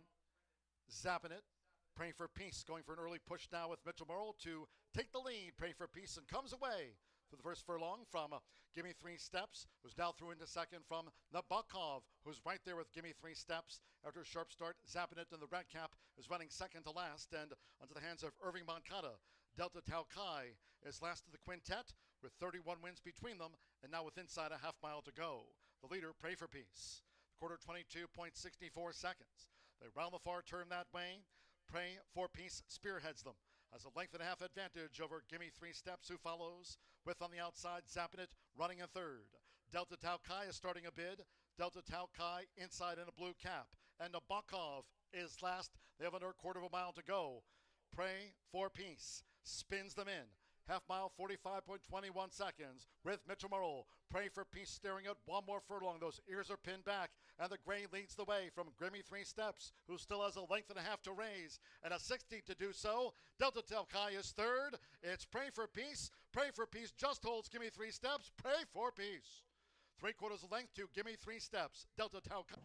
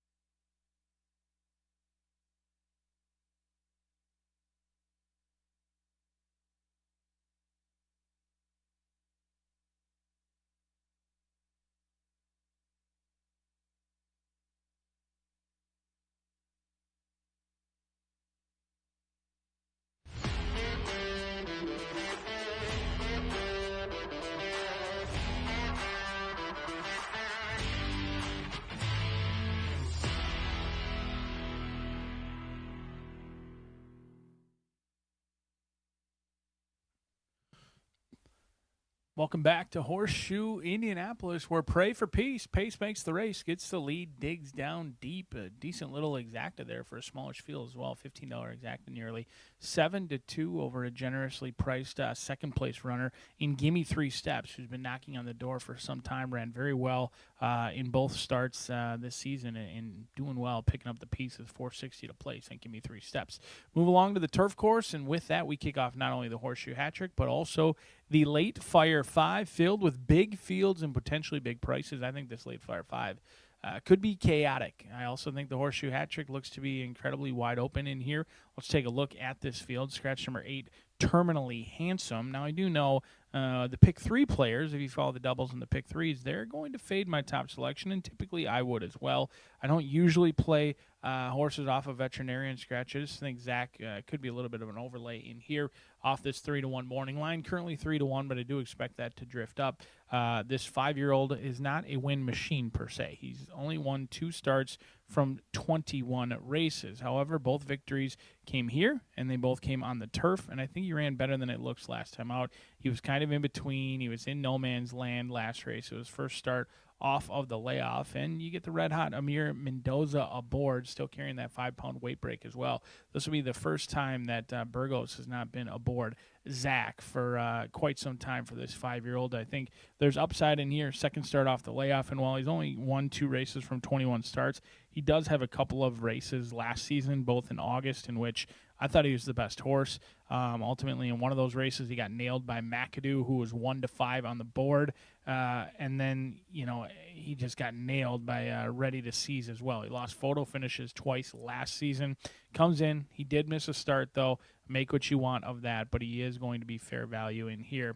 3-1 in what could be a contentious scramble at the finish. And speaking of scrambles, how about You Are Not the Father? Fernando de la Cruz looking to keep his name atop those riders' standings. He's got some people clipping at his heels in theirs. We saw Gennaro Garcia pull even with Randy Klopp atop the trainer standings. Tiana Richardville, she's having herself a very nice meet as well. She continues to have a ton of success with hot middles, but the success runs deeper than just one horse. She's winning at 22% overall on the season. You Are Not the Father does have a tendency to settle for second, 8 second-place finishes. This is a half to going to the lead, who banked just under $500,000. Now, turf, not necessarily the most successful surface for the Richardville gang, but You Are Not the Father has handled it very well. In fact, 4 of the 8 has finished in the trifecta. This looks to be your pace setter in here. I do think they're going to be placed up front and play catch me if you can. And on this turf, with the heat and whatnot today, I think it's going to play favorably to speed. I think it's going to be challenging to ultimately close from the back of the pack, and we'll see if You Are Not the Father can make every pull a winning one. Right now, 4-1 on the board. We'll see if the money does come in on You're Not the Father. I think that's kind of hopeful if you're believing that this horse is going to be 4-1. Could easily go off favorite, if not your clear second choice in here.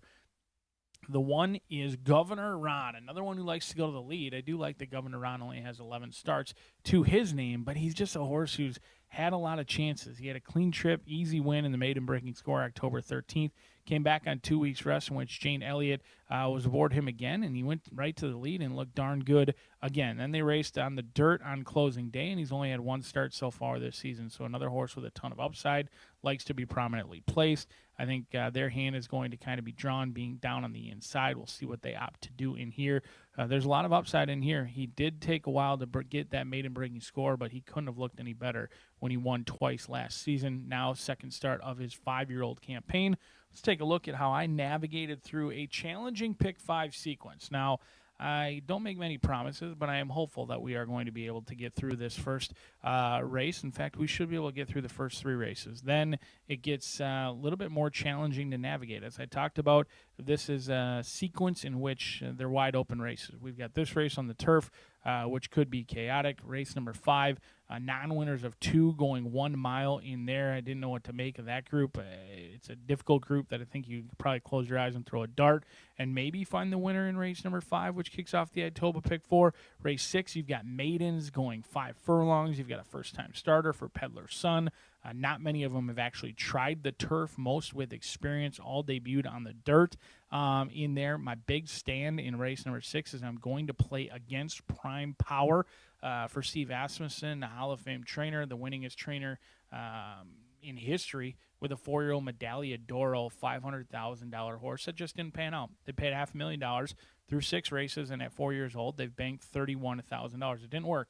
Not all horses pan out the way they expect for Winchell Thoroughbreds or for any ownership group, and this one did not. Prime Power may be the Prime Power today of that group, but I thought this was interesting. Keith Asmussen, 0 for 39 in turf sprints. Could that change today? We'll see, as the mare is 0 for 4 on turf over at Monmouth, and she is yet to produce a winner with 4 siblings, and that is yet to produce not only on turf, but also on dirt as well. There are no winners that have come from Princess Peggy. Prime Power will be the horse to beat, but not the horse to bet in race number 6.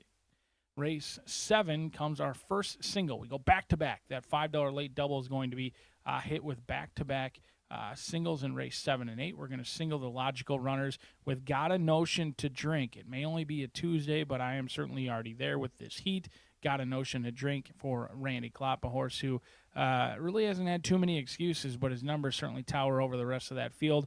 And then on the turf, a little bit of a stab in here, but this horse has been the best runner, at least based on the numbers. A 3-year-old Bazin named Basil, the gray. Alex Achard sticking around for the last and final, winning at 22%. Hopefully we can get through with some prices these first 3 races, and we'll hopefully cross the fingers for some singles on the back end of the card. It may be a steamy Tuesday, but the racing action is just heating up as we kick off the Late Fire 5 4 minutes from now.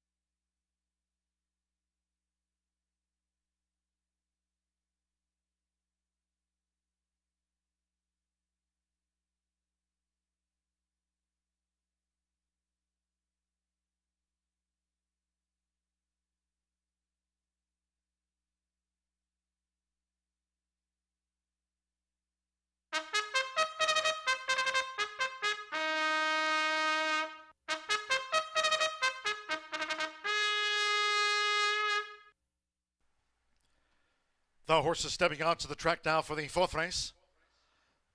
This the first of those today, carded for the turf course here at Horseshoe Indianapolis. Course firm. Turf rail set at 36 feet from the mile. Scratch 8, Terminally Handsome, was entered as a main track only. Course firm, scratch the MTO. That's the number 8, Terminally Handsome. Will Not Run, Exacta, Trifecta, Superfecta. Double pick 3. Turf mile starts the 50-cent Late Fire 5. Firm and fast, 2 minutes.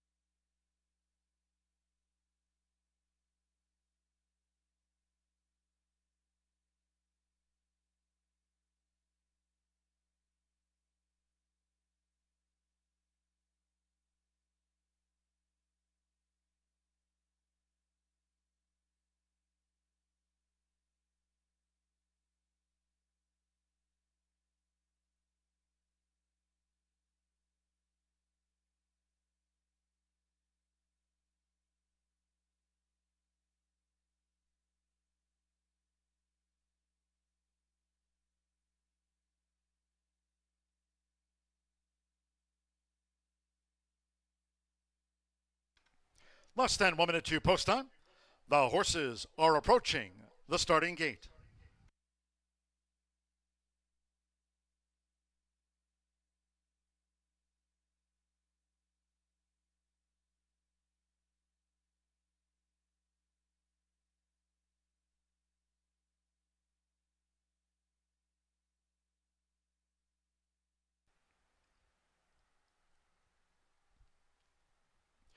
For the first time today, crossing over to the turf course here at Horseshoe Indianapolis on final approach.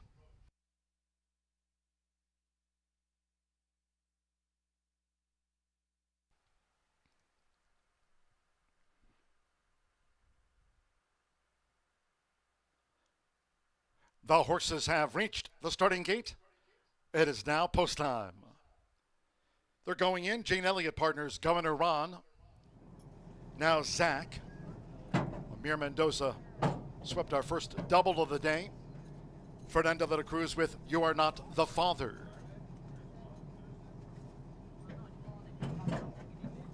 Rodney Prescott, Vienna Charm drew 6. Hannah Leahy, Mr. Sledgehammer, like You Are Not the Father. Both here in the turf mile for Tiana Richardville. Mr. Sledgehammer's taken his spot. Vienna Charm loaded 2 back. Simmer Bermudez with Hot Black Coffee. Triple your thrills with the all-turf pick 3 starts here. One more Irving Moncada with Rapid Justice. Course firm, roll 36 feet, all in. And they're off. You're Not the Father, away well with Hot Black Coffee, and in between them, Mr. Sledgehammer, also prominent here in the early stages. You're Not the Father, taken back by Fernando de la Cruz. So the early advantage to Hot Black Coffee. Leads out to the stretch for Simmer Bermudez. Vienna Charm is right up there with toward the inside.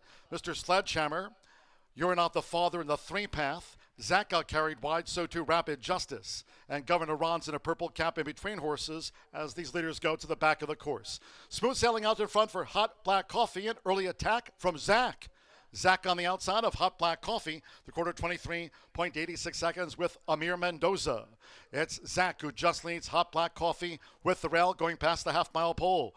Rodney Prescott and Vienna Charm running third here in the turf mile. Gene Elliott comes probing up the rail with Governor Ron. You're Not the Father between horses with Rapid Justice in a white cap, and the one detached is Mr. Sledgehammer in 7th.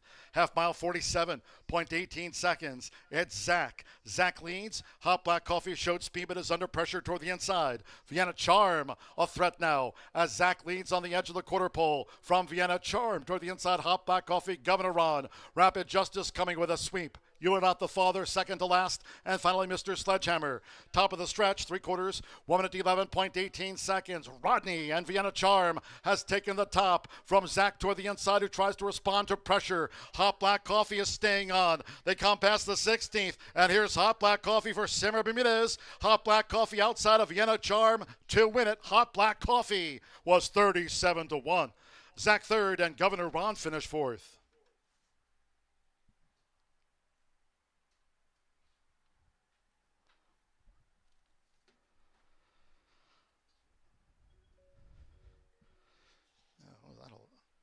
Announcer. As you might have heard, Stewart's inquiry going into the first turn. Call coming in here to the broadcast booth. Stewart's inquiry will concern the first turn run. Unofficial 136.09. Inquiry, first turn. 4-6-5-1 upset. 4 Hot Black Coffee, 37-1 first. 6 Vienna Charm. At 7-5, the favorite was tracked down in the turf mile. Unofficial third is 5 Zach at 9-2 in the 1.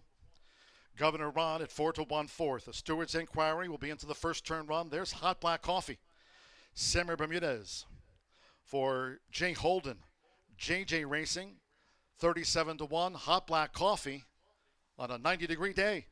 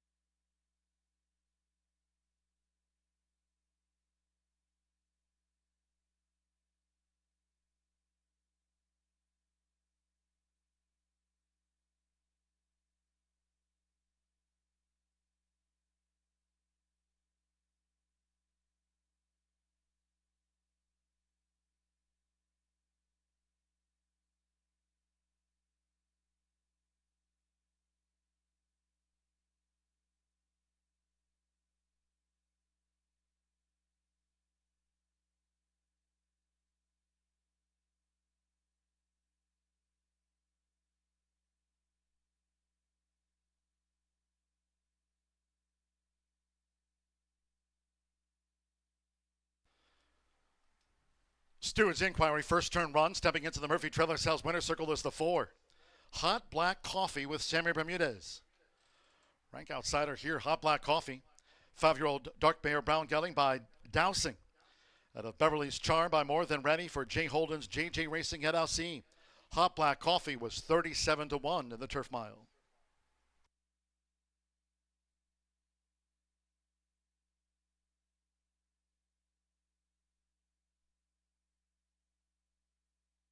No changes will be made to the running order.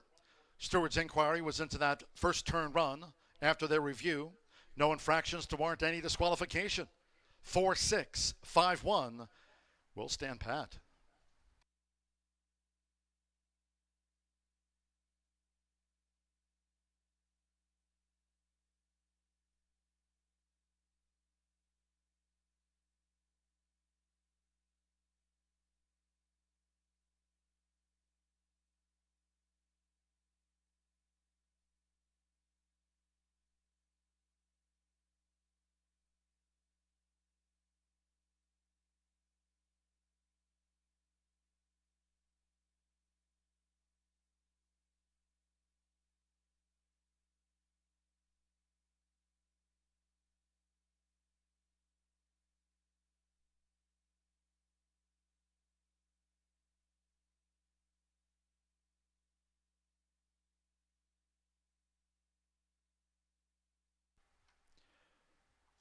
Result official. 4-6 exacta paid $422.20. 50-cent trifecta, 4-6-5, $372.25. 5-4 double paid $225.20. The 10-cent superfecta, $426. Governor Ron was 4th. Hot Black Coffee capped off a 50-cent pick 3 of 2 with the 5 with the 4. $415.85. 8 was a non-runner. And the Turf Mile favorite, second. 7 ran, 136.09, firm, rail 36 feet. 20 minutes away from the 5th race and in the mile. Fast Track, Scratch 8, 4-star General. Scratch 8, 4-star General. The 1 Infinite Speed, 1 pound over. Exacta, Trifecta, Superfecta, double pick 3, and starts with a $1 Itoba late pick 4. Post time will be at 4:13.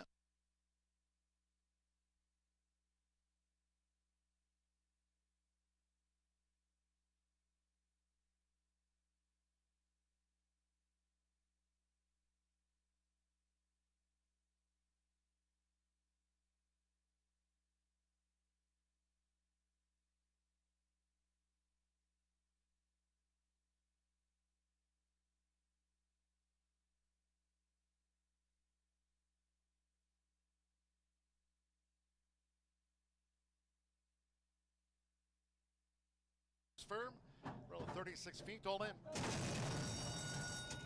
And they're off. You're Not the Father away well with Hot Black Coffee, and in between them, Mr. Sledgehammer, also prominent here in the early stages. You're Not the Father taken back by Fernando de la Cruz. So the early advantage to Hot Black Coffee. Leads out to the stretch for Sammy Bermudez. Vienna Charm is right up there with toward the inside. Mr. Sledgehammer, You're Not the Father in the 3-path. Zach got carried wide, so too Rapid Justice. And Governor Ron's in a purple cap in between horses as these leaders go to the back of the course. Smooth sailing out in front for Hot Black Coffee. An early attack from Zach. Zach on the outside of Hot Black Coffee. The quarter 23.86 seconds with Amir Mendoza. It's Zach who just leads Hot Black Coffee with the rail going past the half-mile pole. Rodney Prescott and Vienna Charm running third here in the Turf Mile. Gene Elliott comes probing up the rail with Governor Ron. You're Not the Father between horses with Rapid Justice and a white cap, and the one detached is Mr. Sledgehammer in 7th. Half mile 47.18 seconds. It's Zach. Zach leads. Hot Black Coffee showed speed but is under pressure toward the inside. Vienna Charm a threat now as Zach leads on the edge of the quarter pole from Vienna Charm toward the inside. Hot Black Coffee, Governor Ron. Rapid Justice coming with a sweep. You Are Not the Father, second to last. And finally, Mr. Sledgehammer. Top of the stretch, 3/4, 1 minute 11.18 seconds. Rodney and Vienna Charm has taken the top from Zach toward the inside, who tries to respond to pressure. Hot Black Coffee is staying on. They come past the 16th, and here's Hot Black Coffee for Sammy Bermudez. Hot Black Coffee outside of Vienna Charm to win it. Hot Black Coffee was 37-1. Zach third and Governor Ron finished fourth. Firm, row 36 feet all in. And they're off.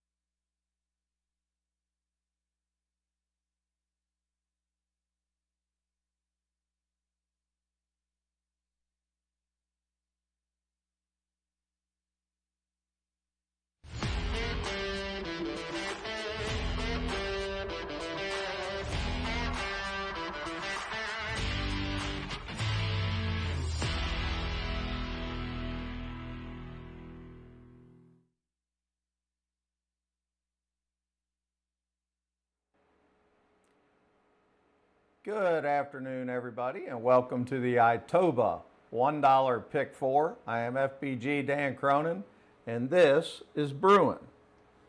She is recovering from surgery, a massive surgery, really. It's had a big old cyst we had to take off, and she's slowly recovering, so she's out here with me, being the good girl that she is. So let's jump right into the $1 Itoba Pick 4. The first race, we need a bunch of them. Infinite Speed, I'm hoping can go wire to wire, 10-1, but I'm going to take a boatload of them. The 2, Concho's Prayer, the 3, Gray V, the 4, Me Sargento, the 7, Show Me Justice, and the 4, 4-Star General. I think you got to take every one of them.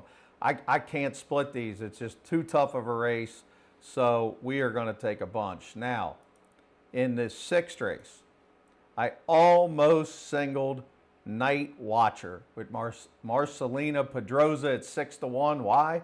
Well, speed. Coming in from Churchill, speed, going 5 furlongs on the turf. I'm hoping we can go all the way.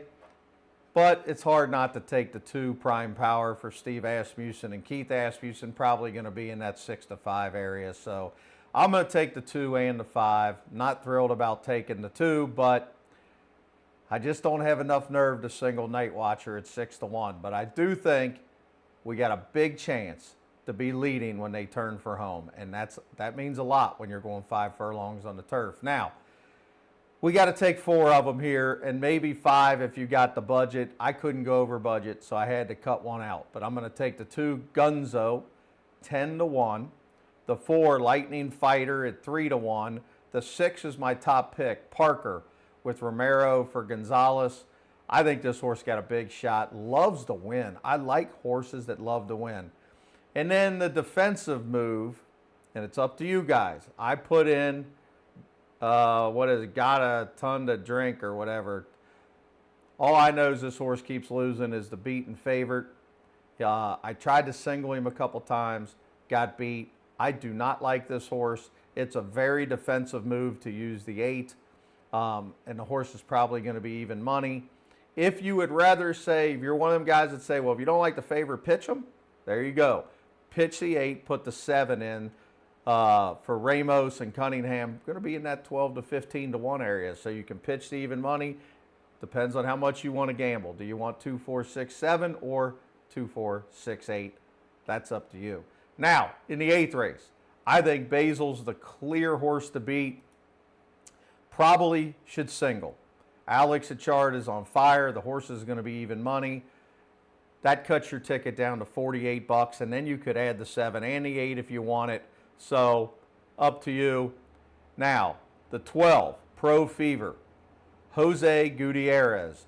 Going to be in that 5 to 7-1 area. I put the horse in because I want it to stay under 100. 11 and 12. I could understand if you'd rather single the 11, cut your ticket in half. So, I am Dan Cronin, FBG Dan Cronin, with the Itoba Pick 4. Bruin decided to lay down on me. She's still a little tired from all this surgery. Alex Chard, don't fall off.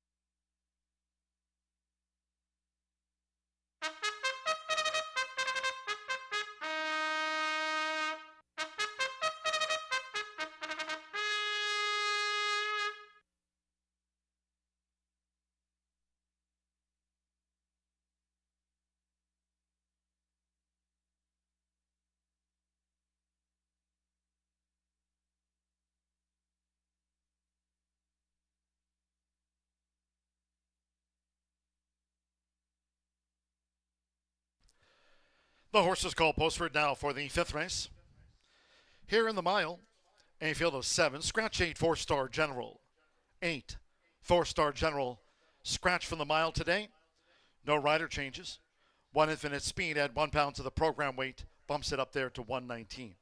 Exacta Trifecta Superfecta Double Pick 3 starts at the $1 late pick 4. Daily presented by Itoba. Thursday post time here will be at 2:10. Saturday the 4th from noon. 2 minutes.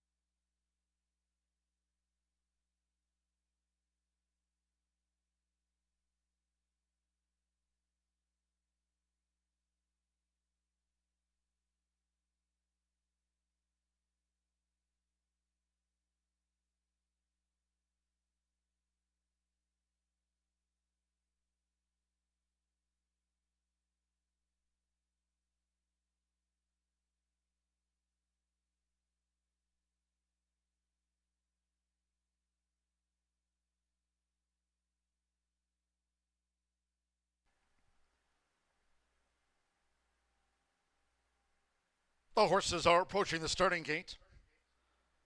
Fast Track the Mile starts the $1 late pick 4. Daily presented by Itoba.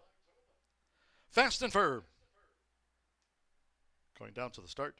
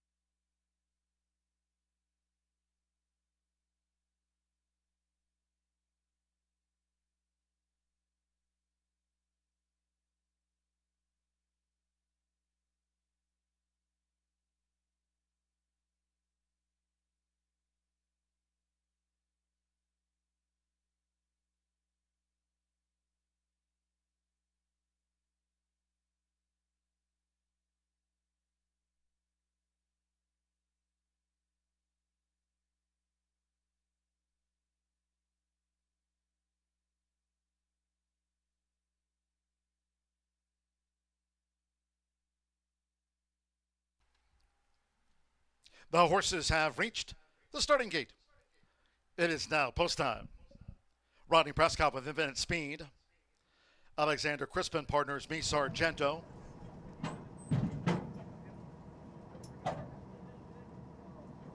Four-star General the Eights, a non-runner. Me Sargento joins Infinite Speed. Jose Gutierrez with Hunted Prayer. Fernando de la Cruz, Concho's Prayer taking his spot. Micah Meeks with Instinctually. Two of the back. Hanalehi with Gray V.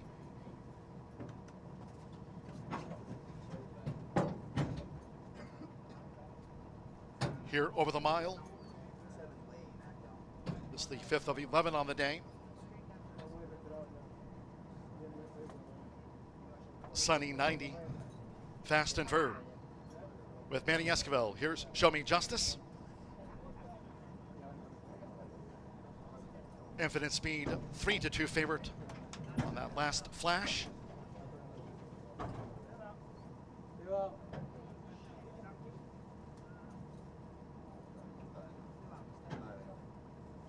Seven to 5 Infinite Speed, 5-2 Concho's Prayer, and it's 4-1 Show Me Justice.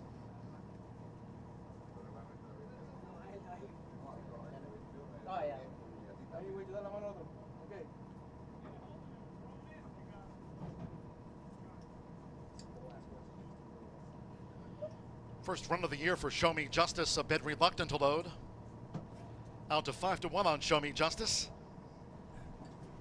This is 3-roll seasonal bow. All in. They're off.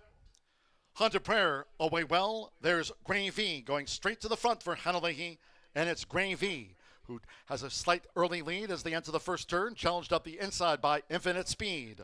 Now for Rodney Prescott, Infinite Speed has pole position and leads Gray V to the back of the track. Concho's Prayer is running in third. After breaking sharp, Hunter Prayer next in fourth, joined toward the inside by Me Sargento. First run of the year for Show Me Justice, who's posted wide, and Instinctually with Micah Meeks has been taken back to last.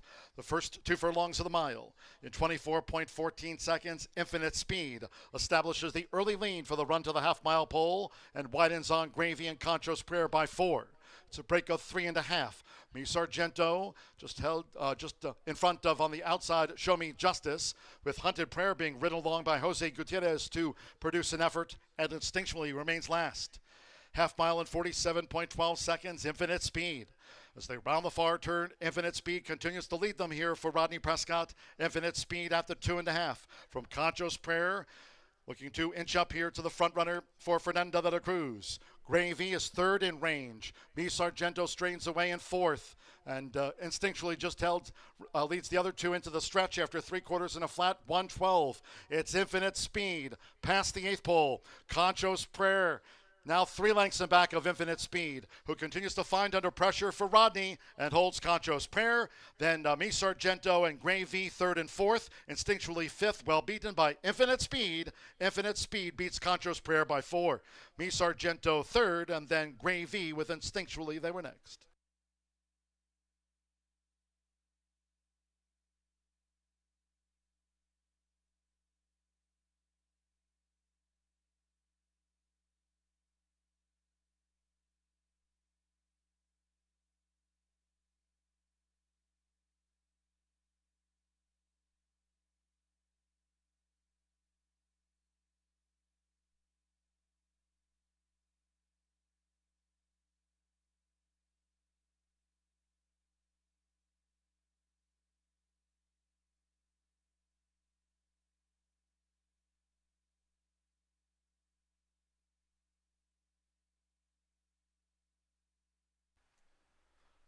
.138.28 after the mile.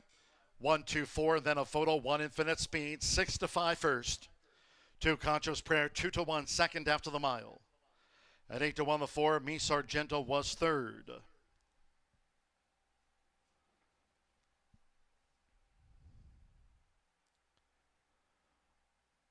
Gray V Instinctually fourth and fifth. 3 Gray V confirmed fourth. 1, 2, 4, 3. Hold all tickets until official.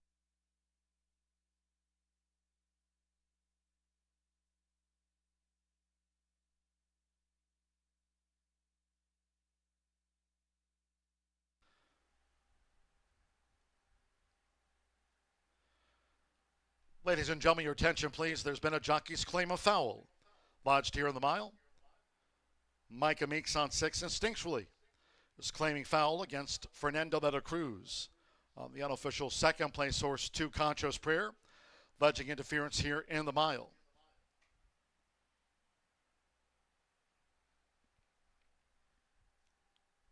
Hold all tickets until posted official. Race 5, 1, 2, 4, 3 of the order.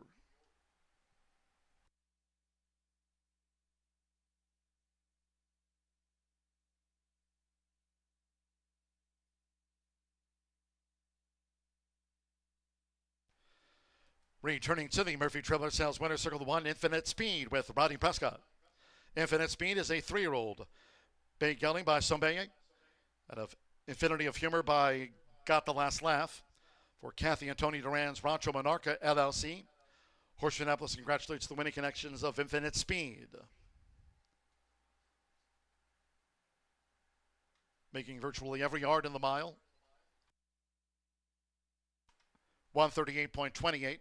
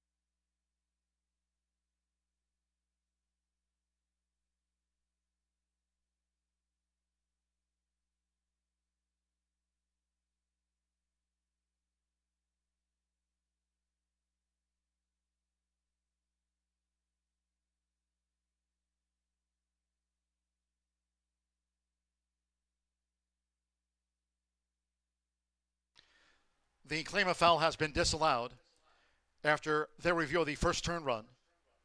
The claim of foul lodged by Micah Meeks on 6 instinctually. Alleging interference by Fernando de la Cruz on 2, Concho's Prayer. After a review, the claim of foul has been disallowed. No infraction to warrant any disqualification. 1, 2, 4, 3. It'll be after race 5.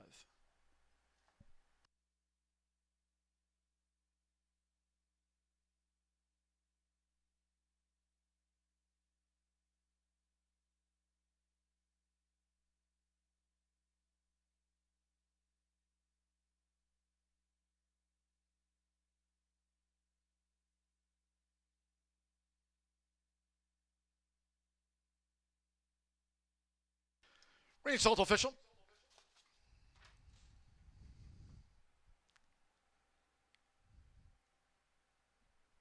$1-2 exact to pay $13.20. 50-cent early pick 5, 5 of 5, $40,364.05. Pays out the early pick 5. 50-cent trifecta 1, 2, 4, $10.80. 4-1 double coming back $408. The $1 early pick 4, $5,391.90 on 404. Gray V fourth, 10-cent superfecta, $8.22. Pick 3 capped off by Infinite Speed, $408.55. In the mile, 8 was a non-runner, the favorite first. 7 ran, fast track 138.28 seconds. Race 6 ahead, course is firm, turf rail 36 feet. And the maiden turf sprint, no scratches, no rider changes, overweights. 6 Apostles Creed is a first-time gelding. First-time gelding, 6 Apostles Creed. Exacta trifecta superfecta. Here are the 10-cent grand high 5 pentafecta featured. Double pick 3. Post time 4:47.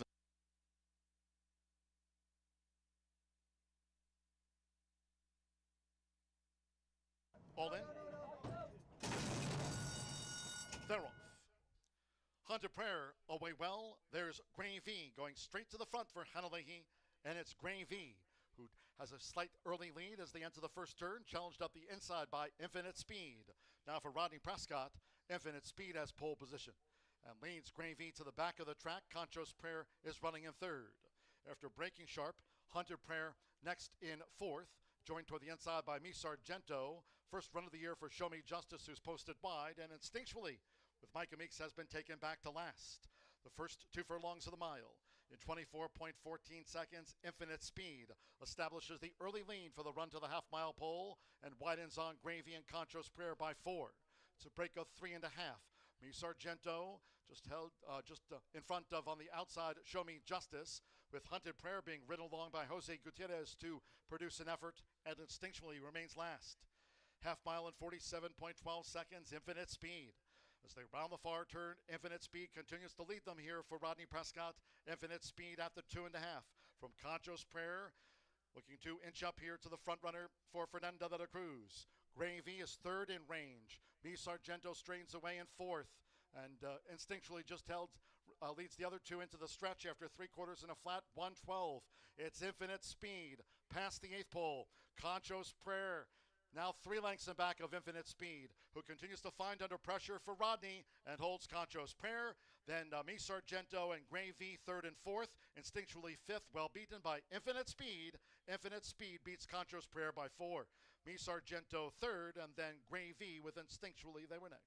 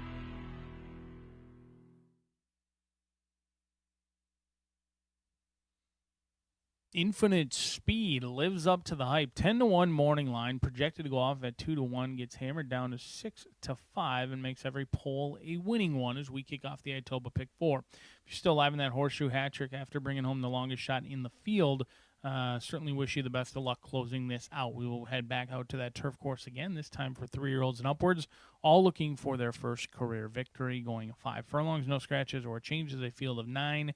Set to go 5 furlongs on a firm turf course. I'm going to go to your likely third choice in here, lightly raced Son of Frosted Night Watcher. Now, when you see this horse down here in the paddock, it looks very similar to Frosted himself with that beautiful gray coat, the Son of Frosted. You've got Tappet in the running lines as well.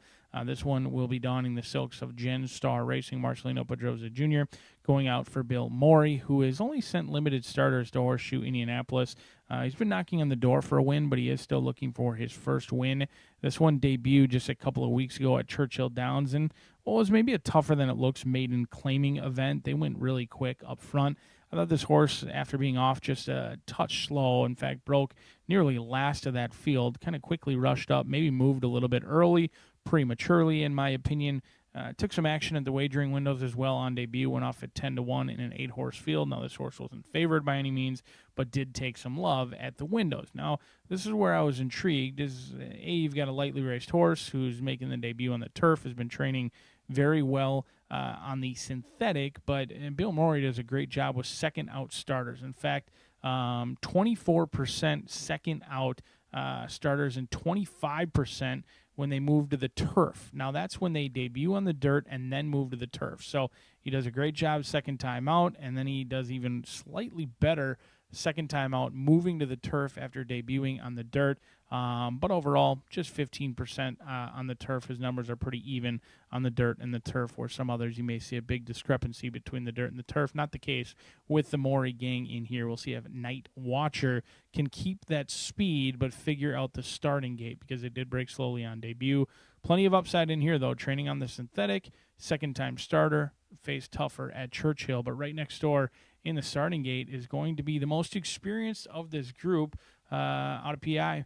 Espinoza, his lone start of the day in here for this one. Reina Gonzalez trains this son of Jersey Town. 0 for 17. Now, experience is not always a good sign in maiden races, but that's the case in here.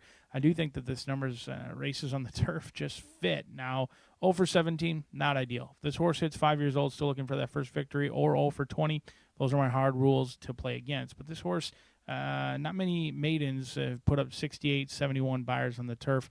Multiple buyers, both at Kentucky Downs, Ellis, and Churchill, would be good enough to win this race. The layoff is a little bit of a concern, especially when you've got kind of back-to-back layoff lines between November to April and then April until now. That is a reason for caution. However, in this field, this is a good spot for a longtime maiden to potentially get their victory in here. You've got a trainer who doesn't have the most horses in the back of the barn, so the numbers are certainly misleading because they just don't have all that many starters. So I think this horse is in with a big chance if they can run back to just half of those turf races in which they were running against significantly tougher competition at the likes of Churchill, Ellis, and Kentucky Downs. Your inside runner, another long shot, Rogelio Labra. Santo Sager, the man's been red hot on the turf. This son of War of Will definitely wants the turf, scratched off the turf at Belterra. Good looking on your screen right there. It's a long shot in long acting. The biggest stand we'll take is on your screen now. Prime Power. Steve Asmussen, winningest trainer in history of the game. Yet Keith Asmussen, 0 for 39 on turf sprints. The mare, 0 for 4 on the turf at Monmouth, and yet to produce a winner from 4 foals. You'll have to settle for 9-5. Prime Power has the best numbers on paper, but the race is run on the turf for the upcoming 6th race. 5 minutes away as the maidens take main stage on a firm turf course at Horseshoe, Indianapolis.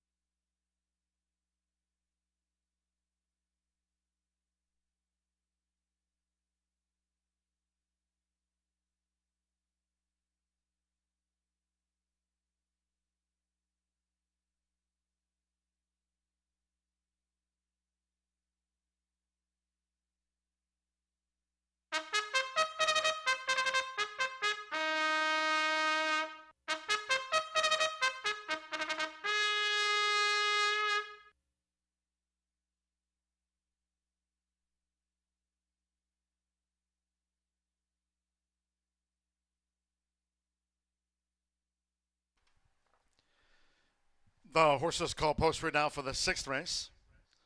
Maiden turf sprint over the 5 furlongs, all 9 run. 6 Apostles Creed is a first-time gelding. FTG, the designation there. First-time gelding, 6 Apostles Creed here in the maiden turf sprint. Course firm, rail of 36 feet. Exacta, trifecta, superfecta, 10-cent pentafecta, double pick 3. 3 minutes to post time.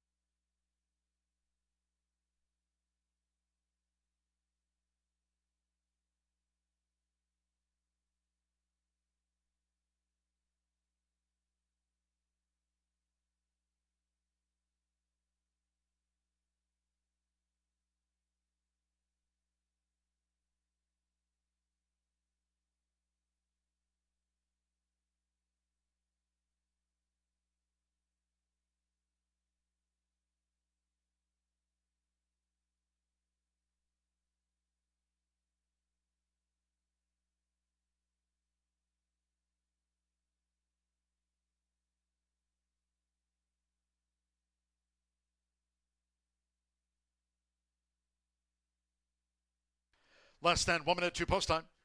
The horses are approaching the starting gate.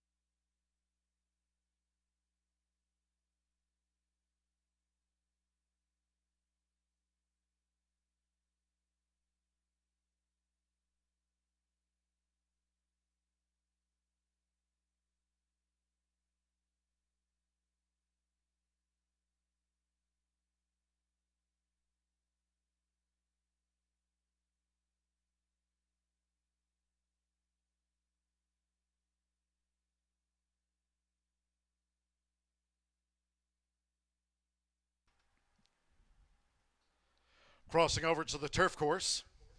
Arriving at the gate. It is now post time. Sando Sanjo with long acting. Long acting, the first of 9 to move into the starting gate. Marcelino Pedrosa Jr. with Night Watcher has joined, or comes up to join long acting. Keith Asmussen with Prime Power. Night Watcher's in.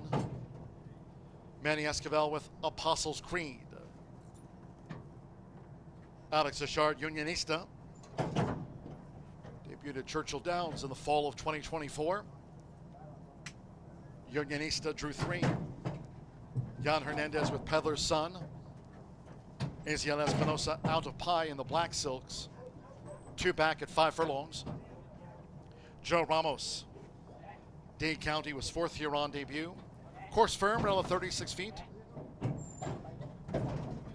Wednesday's card transferred to Monday the 6th. 1 more Fernando de la Cruz, and 3 times started JDV. All in. They're off and sprinting. Nice line out. Out of Pie, fast away with Apostles' Creed in the white cap. Toward the inside is Prime Power, and Night Watcher also adding pep to the pace. Across the course, just being led by Apostles' Creed. Prime Power and Night Watcher forcing the issue while in tight between horses. Dade County is up into 4th. Inside a half mile to go. Out of Pie in 5th. Unionista is 6th. Long Acting in 7th. Then comes JDV and finally Peddler's Son. They round the far turn. The quarter was under 21 seconds flat. And with Keith Asmussen, it's Prime Power who's taking the lead coming past the quarter pole from Apostles' Creed with Night Watcher. Dade County on the extreme outside. Out of Pie up the rail. These maidens have straightened away. In front, Prime Power leads them into the final furlong with a 3-length margin over Out of Pie with the rail, who battles Night Watcher. Unionista's running on, looking to split them. On the outside, JDV and Long Acting with the rail. It's Prime Power, the son of Medaglia d'Oro. Prime Power scored the winning run by 5 from Out of Pie. Unionista was next from JDV, Night Watcher, Long Acting, Dade County flattened. And then was a Peddler's Son who beat one home. That was a tailed off Apostles' Creed. 55.34. Prime Power. Keith Asmussen for his Hall of Fame father. A Winchell's Thoroughbred win. Prime Power gets off the mark in his 7th career start.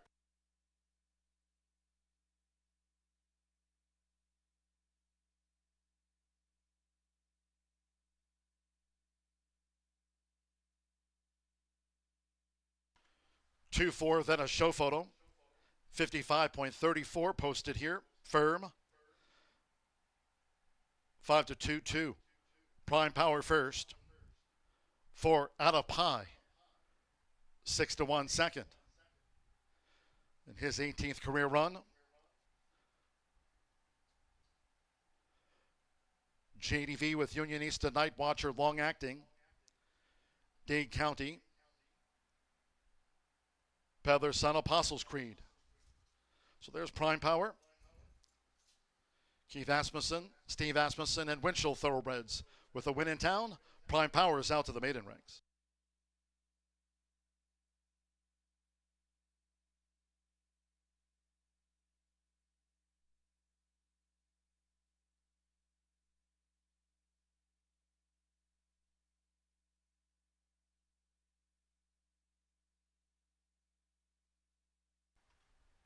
The judges have posted number 3, Unionista, 3rd, 9, JDV, 4th, and 5, Night Watcher was 5th. 55.34, 2-4, 395 in frame now.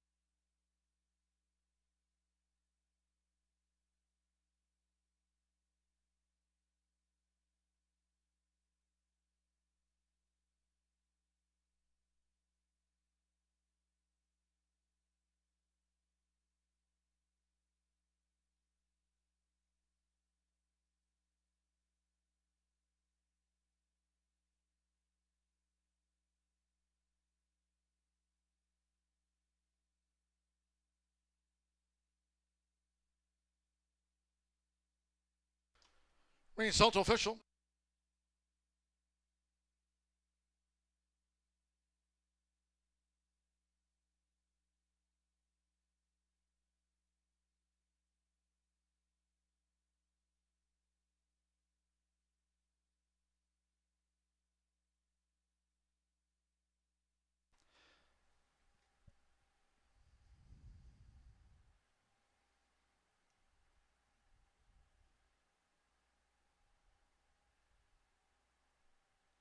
Returning to the Murphy Trailer Sales winner, so go the 2, Prime Power with Keith Asmussen.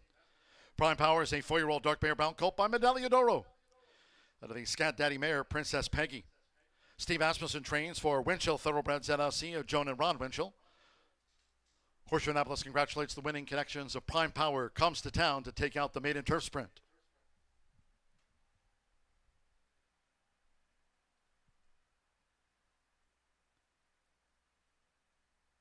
$2-4 exacta paid out $40.20. 50-cent trifecta 2-4-3, $34.05. 1-2 double 15, 20. 10-cent superfecta $68.21. JDV ran 4th. Prime Power caps off a pick 3 for $432.50. 10-cent pentafecta Night Watcher ran 5th. The 10-cent Grand High 5 returned $198.14. 2-4, 395 official, 55.34. On to the 7th we go, 19 minutes away. In the mile, scratch 4, Lighting Fighter.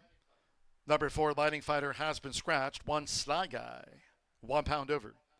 Exacta trifecta, superfecta, another pentafecta featured on the day.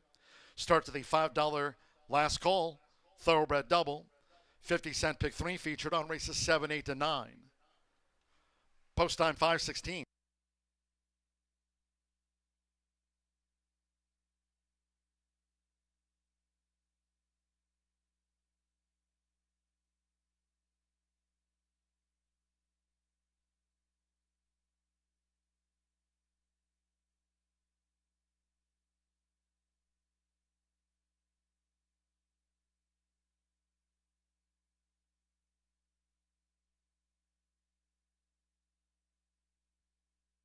Hold in. They're off and sprinting. Nice line out of Pie. Fast away with Apostles Creed in the white cap. Toward the inside is Prime Power and Night Watcher also adding pep to the pace. Across the course, just being led by Apostles Creed. Prime Power and Night Watcher forcing the issue while in tight between horses. Dade County is up into 4th. Inside a half mile to go. Out of Pie in 5th. Unionista is 6th. Long Acting in 7th. Then comes JDV and finally Peddler's Son. They round the far turn. The quarter was under 21 seconds flat. And with Keith Asmussen, it's Prime Power who's taking the lead coming past the quarter pole from Apostles Creed with Night Watcher. Dade County on the extreme outside. Out of Pie up the rail. These maidens have straightened away. In front, Prime Power leads them into the final furlong with a 3-length margin over Out of Pie with the Rail, who battles Night Watcher. Unionista's running on, looking to split them. On the outside, JDV and Long Acting with the Rail. It's Prime Power, the son of Medaglia d'Oro. Prime Power scored the winning run by 5 from Out of Pie. Unionista was next from All In.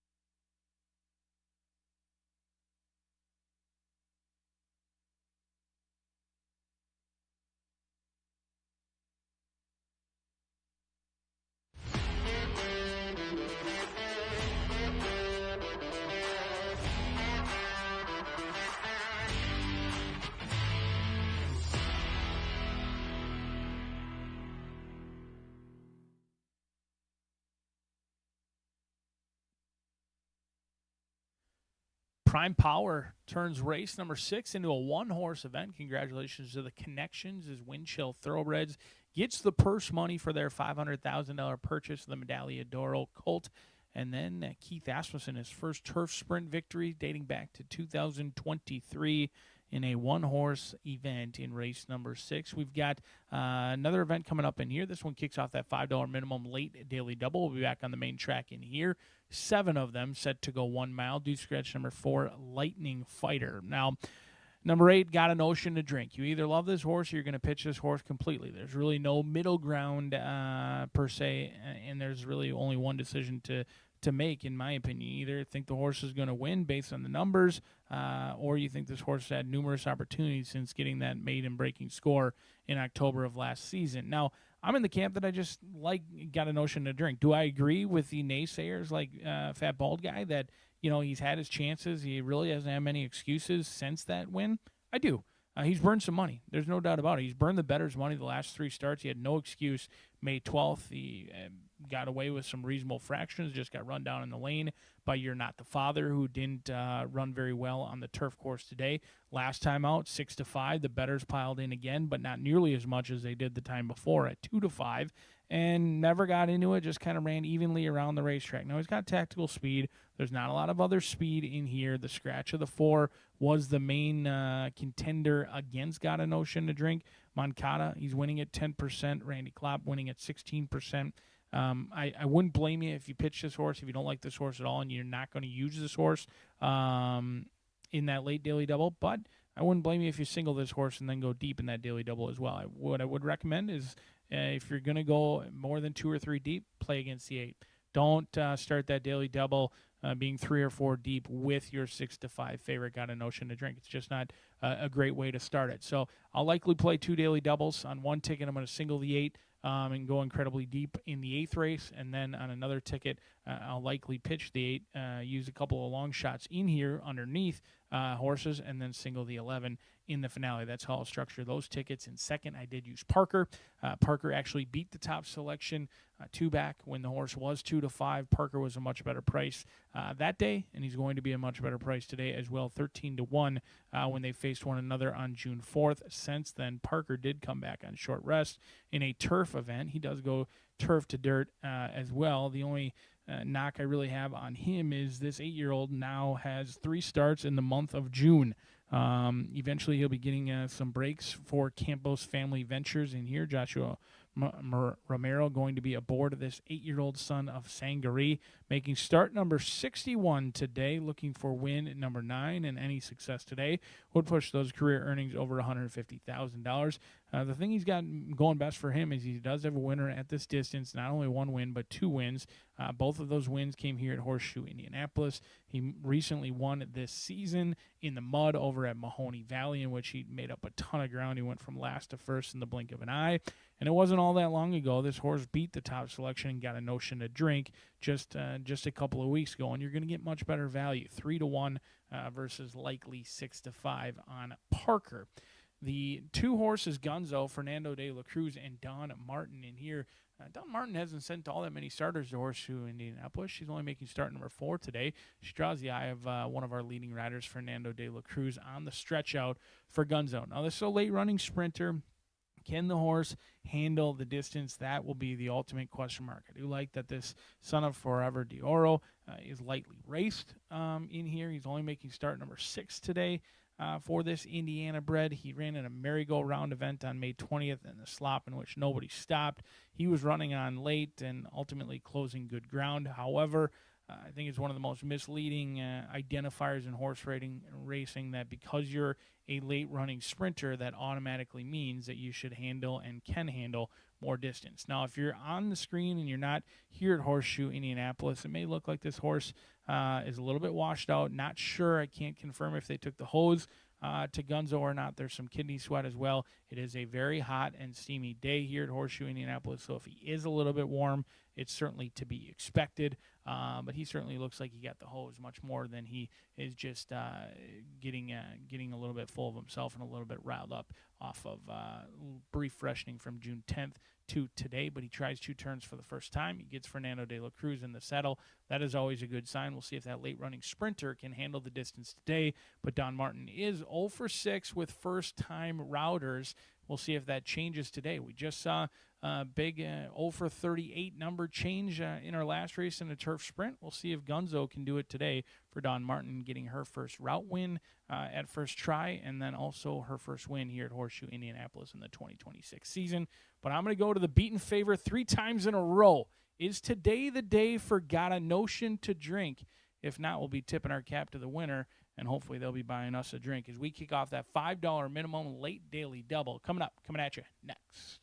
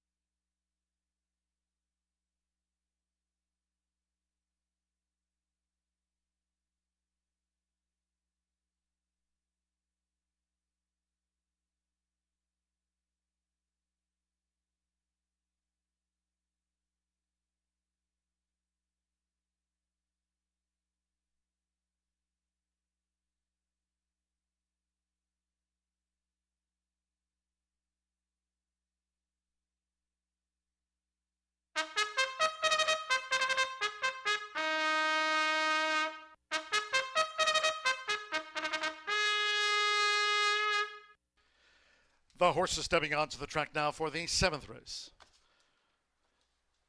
This race will be run over the flat mile. Afield 07, scratch 4, Lighting Fighter. Scratch the number 4. 1 Sly Guy, a pound over. Exacta Trifecta Superfecta, the 10-cent Pentafecta featured. Start to the $5 last call. Thoroughbred double. 50-cent pick 3, races 7, 8, and 9. 2 minutes to post time. Fast and firm. 2 minutes.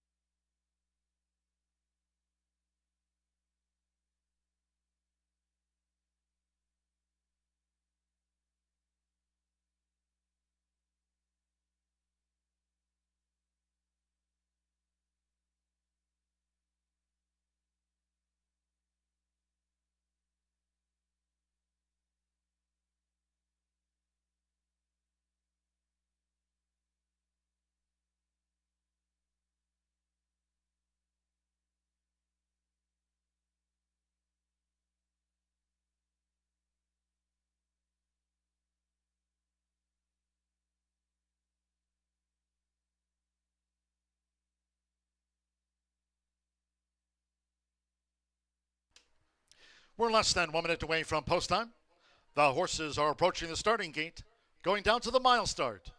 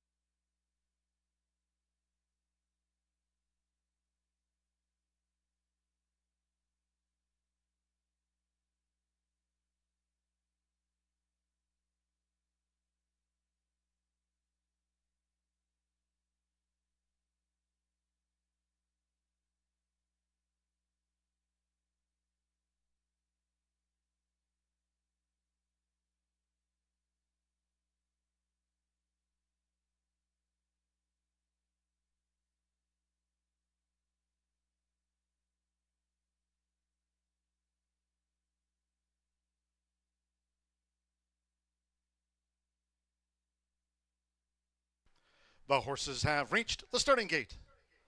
It is now post time. Alex Ajard with Sly Guy. Marcelino Pedrosa Jr. with Mystery Impact. Joins Sly Guy, loading for the mile. Joseph Romero with Parker. Fernando de la Cruz with Gonzo. Now Simmer Bermudez. That's the one on the card. Mama's Wish True 3. Joe Ramos with Silver Scion facing up to the gate. Right now, got a notion to drink 6-5 favorite. Coming up, got a notion to drink Irving Moncada for Randy Klopp. They're in the gate. And they're off. Mama's Wish, Silver Scion going for an early bid. Got a notion to drink, no option, but to be in the four-path as they charge into the first turn. And Sly Guy holding the rail for Alex Achard. It's Sly Guy just inside 7 furlongs to run. Gonzo pressing here, and Silver Scion pressing on outside of Gonzo. Sly Guy in the black takes back with the rail.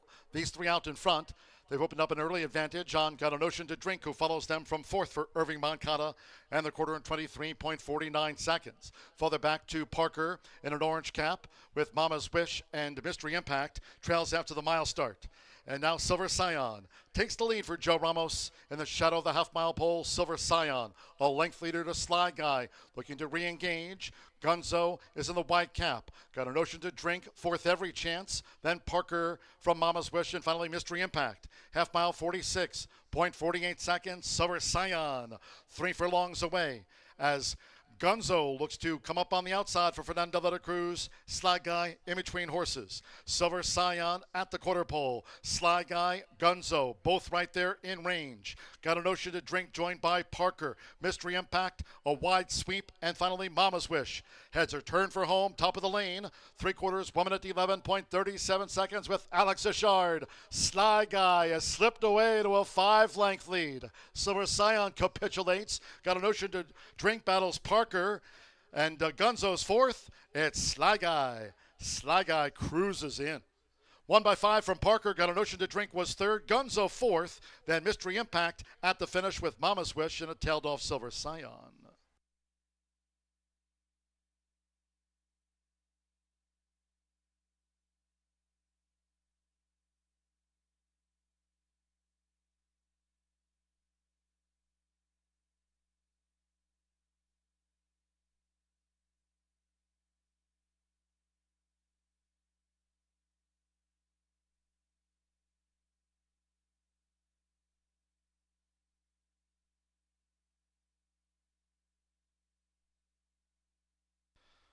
One 682, and then a photo for fifth. That's for the Pentafecta. Stand by for the fifth place horse after the mile. 137.07, Sly Guy. 5-2 first. Number 6, Parker. 6-1 second. 8 Got a Notion to Drink. 2-1 third here at the 5 o'clock hour. to Gunzo, 7-2 fourth. Fifth is a photo. Mystery Impact was there on the wire. We'll stand by for judges' confirmation for the fifth. That is up to the judges. 1682, that's in frame.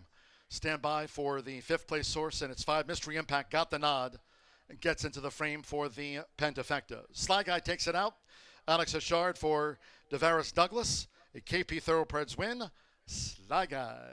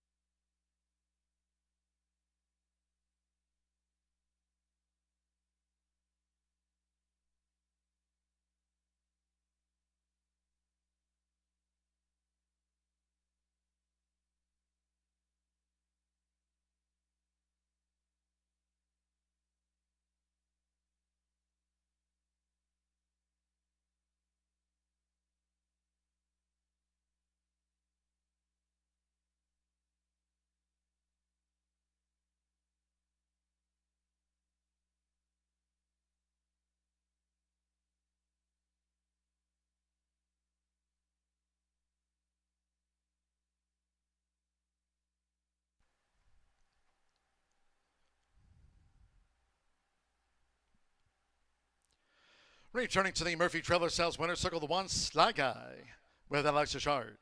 Sly Guy is a 3-year-old mare gelding by Querbon. And the War Chant mare, Nora's Song. Devaris Douglas trains for Kathy Dent's KP Thoroughbreds LLC. The winner was bred here in the Hoosier State by KP Thoroughbreds. Horseshoe Indianapolis congratulates the winning connections of Sly Guy. Takes out the mile.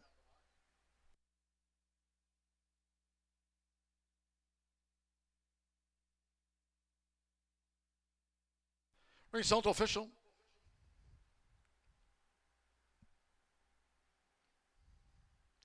$1-6 exacta paid $63 even.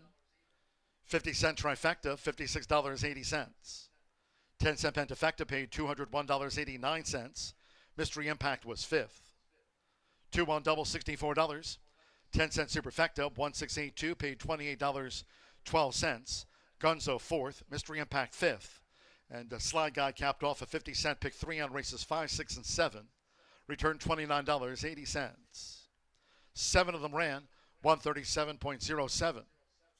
20 minutes away, race 8 in the maiden turf mile, scratch 5 Rebel Sky, 13 Copal, 15 Johnny Ringo, and 16 Turn 'em Loose.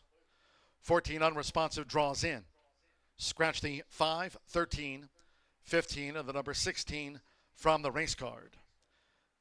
The 12 Pro Fever, the jockey Alberto Burgos. Alberto Burgos rides 12 Pro Fever. And the 3 Unbridled Valor add 1 pound to the program weight there. Exacta, trifecta, superfecta, another 10-cent Grand High 5. Pentafecta featured on the maiden turf mile. Double, pick 3. Post time, 5:46.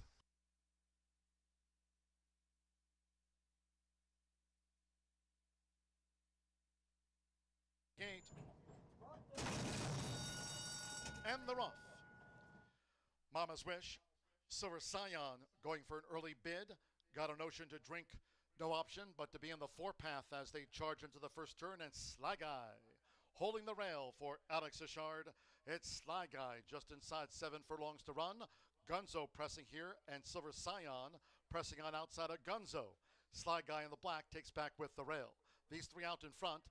They've opened up an early advantage on Got a Notion to Drink, who follows them from 4th for Irving Moncada, and the quarter in 23.49 seconds. Further back to Parker in an orange cap with Mama's Wish and Mystery Impact. Trails after the mile start. And now Silver Scion takes the lead for Joe Ramos in the shadow of the half-mile pole. Silver Scion, a length leader to Sly Guy, looking to re-engage. Gunzo is in the white cap. Got a Notion to Drink, 4th every chance. Then Parker from Mama's Wish, and finally Mystery Impact. Half mile 46.48 seconds. Silver Scion 3 furlongs away as Gunzo looks to come up on the outside for Fernando de la Cruz. Sly Guy in between horses. Silver Scion at the quarter pole. Sly Guy, Gunzo, both right there in range. Got an Ocean to Drink joined by Parker. Mystery Impact, a wide sweep, and finally Mama's Wish. Heads are turned for home, top of the lane. 3/4, 1 minute 11.37 seconds with Alex Achard. Sly Guy has slipped away to a 5-length lead. Silver Scion capitulates. Got an Ocean to Drink battles Parker. And Gunzo's fourth. It's Sly Guy. Sly Guy cruises in. 1 by 5 from Parker. Got an Ocean to Drink was third. Gunzo full gate.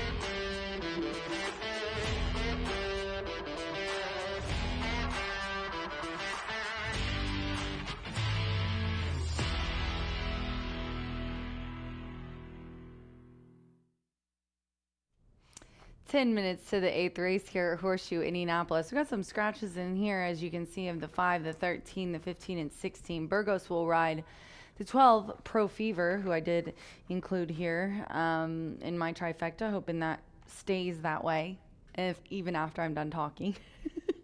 14, Unresponsive, is who I'm going to go with here on top.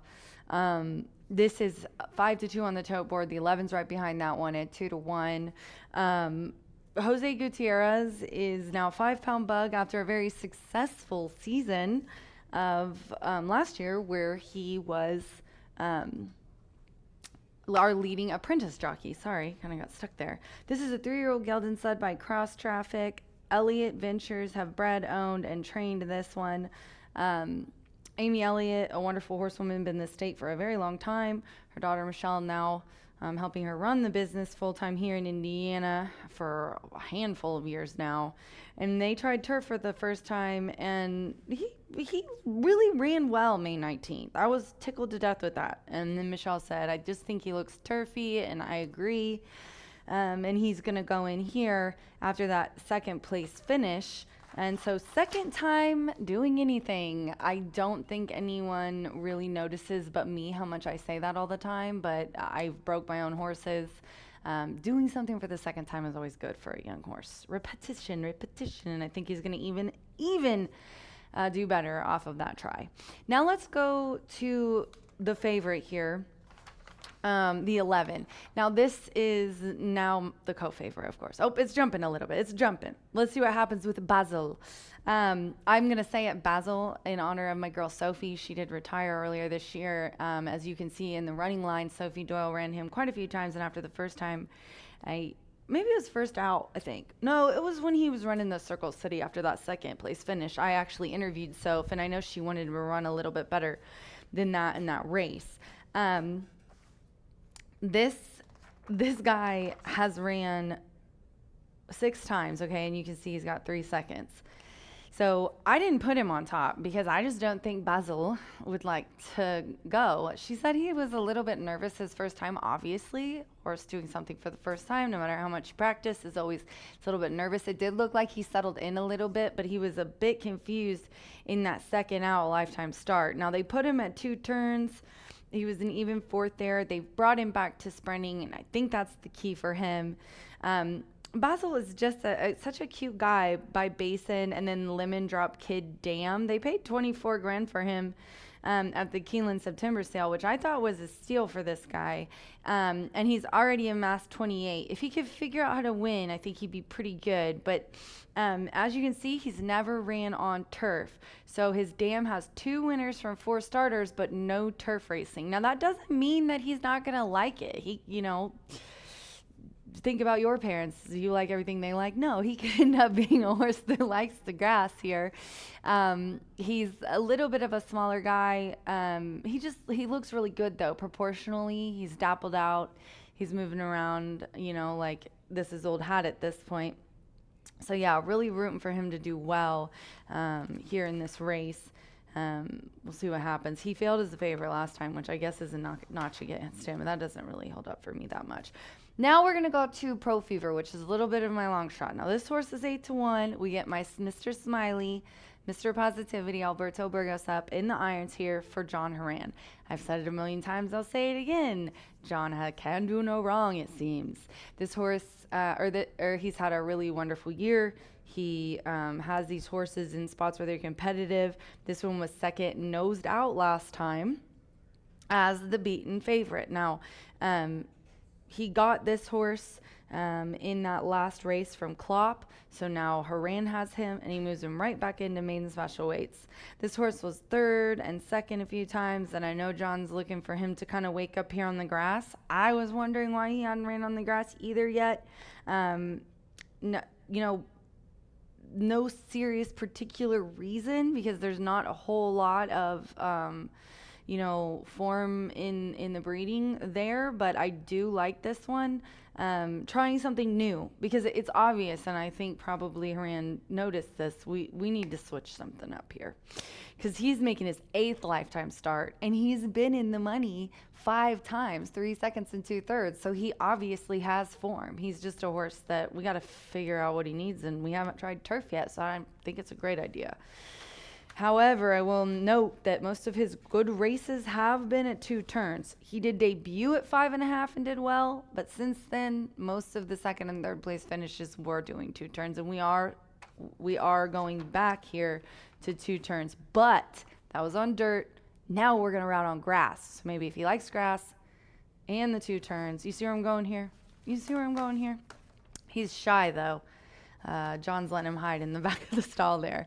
I'm going to go with the outside horses. I know sometimes that's a lot to ask, but I think that's more of a maiden where there's horses that haven't ran at all to pick the outside horses. So I don't think that's going to be a huge over for them to overcome here today. 4 minutes to race 8 in our 11 race card. We do have Blue River Derby trials for the quarters coming up in the last 3. And thank goodness for the quarter horse expert herself, Martha Clausen. So stick around.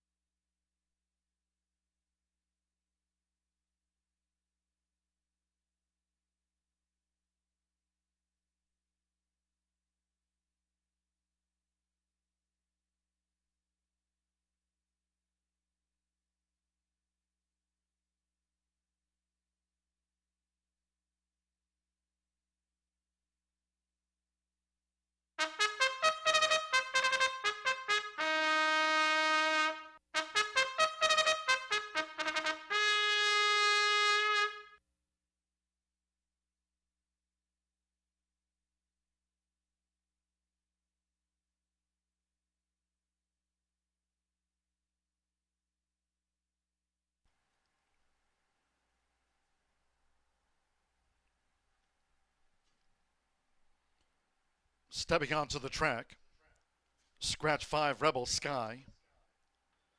13, Copal. 15, Johnny Ringo, and 16, Turn Him Loose. 12, Pro Fever. Alberto Burgos rides the number 12, Pro Fever. 3, Unbridled Valor, a pound over. Exacta, Trifecta, Superfecta. 10-cent Pentafecta wagering featured on the Maiden Turf Mile. Double, pick 3.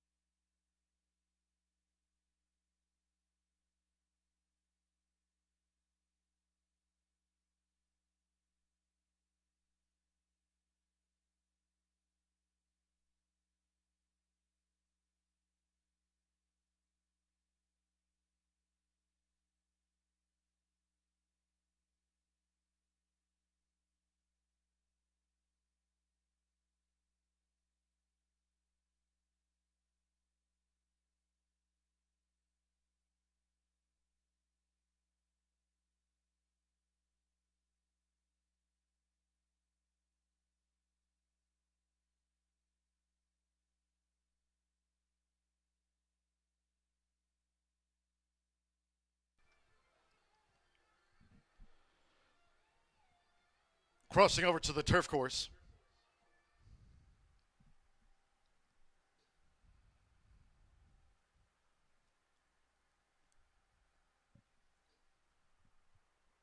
At the gate. They're going in for this maiden turf mile. Rodney Prescott with El Numero Uno. First of the 12 to move in. Fernando de la Cruz with My Friend Wilson.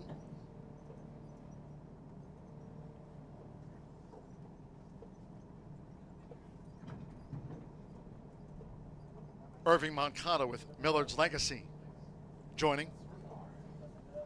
Sando Sanjor, Which Side Are You On? Drew Post 2.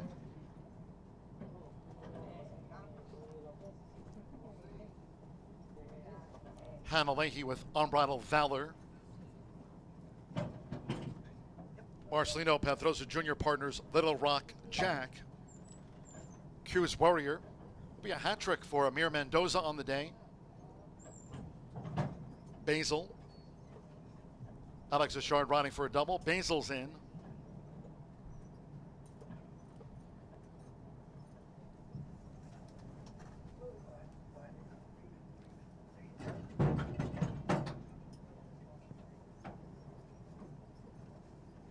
Sammy Bermudez with Olmo. Alberto Burgos Pro Fever coming up.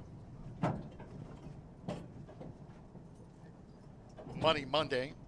Mitchell Murrow on the Tuesday score sheet. Pro Fever, so now one more. Jose Gutierrez with Unresponsive. They're in the gate. And they're off. Millard's Legacy hopped in the air at the start, drifts back to last. Toward the inside, Unbridled Valor for the early lead, along with Money Monday showing early lick, and they're joined now by Unresponsive. These three to the first turn. With Almo and nearest the inside, Which Side Are You On? Q's Warrior is sixth, and they have 6 furlongs to run. Then on the outside comes Little Rock Jack, followed toward the inside by El Numero Uno. Basil secures a ground-saving position as they make their way to the back of the course. Following Basil after 3 lengths to Pro Fever, who's running in 10th. My Friend Wilson is in 11th, and after hopping in the air at the start, Millard's Legacy has dropped back to 12th. The quarter 22.71 seconds. Making their way past the half-mile pole with Mitchell Morrill, Money Monday. Leads here by a length and a half to Unresponsive. Unbridled Valor's in the green cap. On the outside is Almo making progress now from 4th. Which Side Are You On is joined on the outside by Little Rock Jack. They're a joint 5th. Then El Numero Uno in 6th. Basil is 7th. Then to the inside, Q's Warrior with Unresponsive, who's picking up to 3 furlongs from home. Pro Fever and Millard's Legacy remains last. Half mile, 46.97 seconds. It's Money Monday.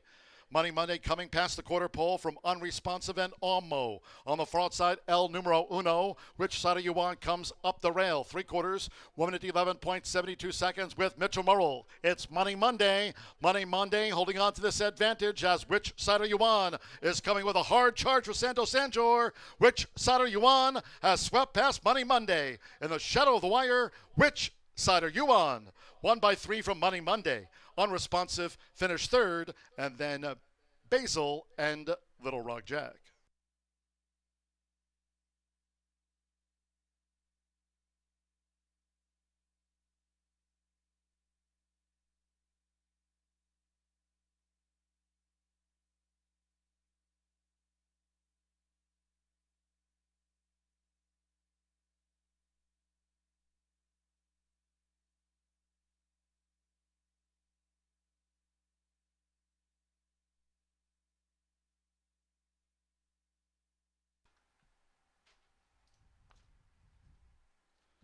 (136.02) after the maiden turf mile.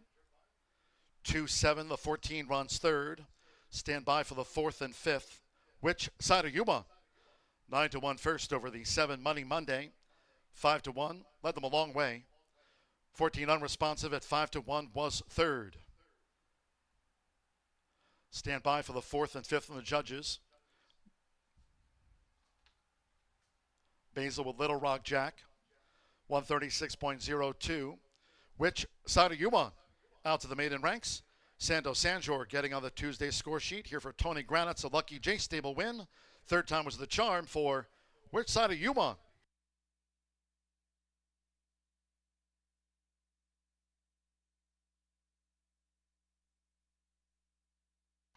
The judges have posted number 11 Basil 4th and 10 Little Rock Jack was 5th. 2-7. 14, 11, 10 in frame.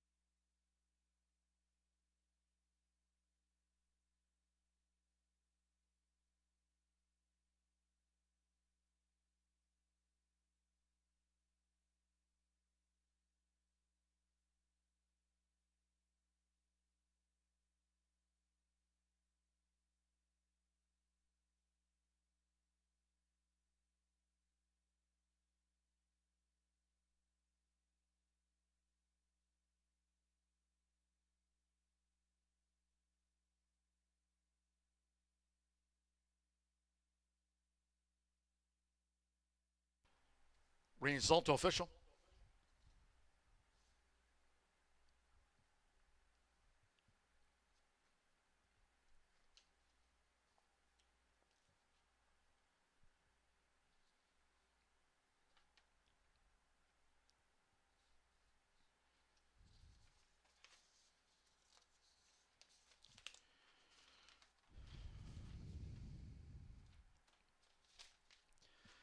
In the Murphy Trailer Sales Winner's Circle, number 2. Which side are you on? Santo Sanjor. Which side are you on is a 3-year-old dark mare brown gelding by Painter. Out of the Temple City mare, Oria Ora. Tony Grannis trains for Calvin Johnston's Lucky J Stables LLC. The winner was bred here in the Hoosier State by Lucky J Stable. Horseshoe Indianapolis congratulates the winning connections of Which Side Are You On at 9-1. Out to the maiden ranks. 2-7 exacta paid $159.20. Basil 4th. 10-cent Superfecta pays on 2-7-14 and the 11. 10-cent Pentafecta, $6,317.60. Trifecta, $293.55. Pick 3, $167.45. 50-cent Late Fire 5, $40,000. $138.50 on 5 of 5. Late Fire 5. $5 Last Call Thoroughbred double of 1-2 pays out $535. The $1 late pick 4, $687.50. 10-cent Pentafecta, again on 2-7, 4-11, and Little Rock Jack ran 5th, 136.02. Next, the first of 3 trials for the Blue River Derby. 400 yards, fast track. Scratch the 2, LB Royal Quick Perry, and 3, Kiss a Favorite. No rider changes. Exacta, Trifecta, Superfecta, 10-cent Quarter Horse Pentafecta, double, and the final pick 3 on the card featured. Post time now 6:23.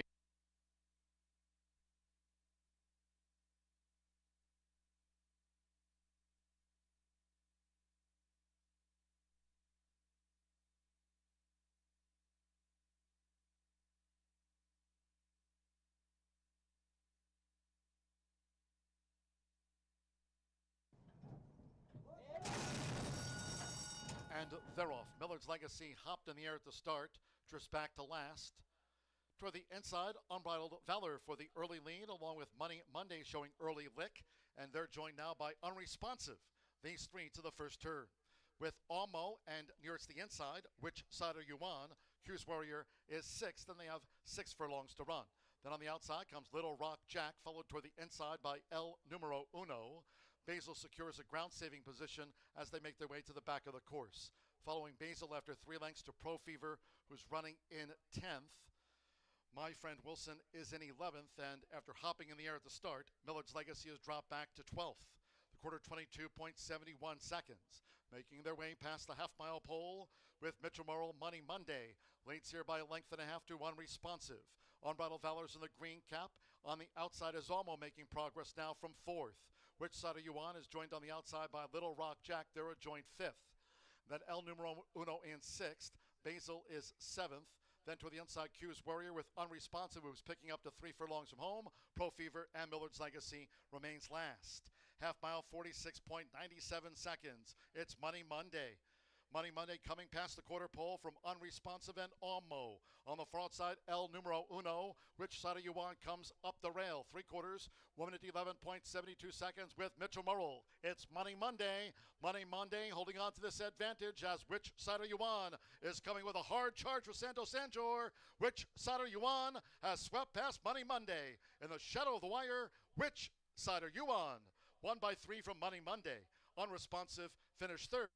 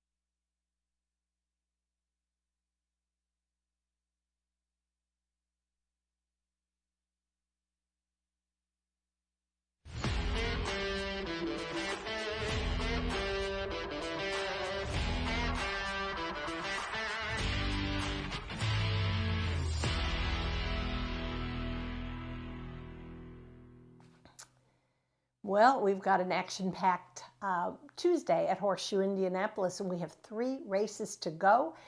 These are going to be trials for the 126,700 Blue River Derby.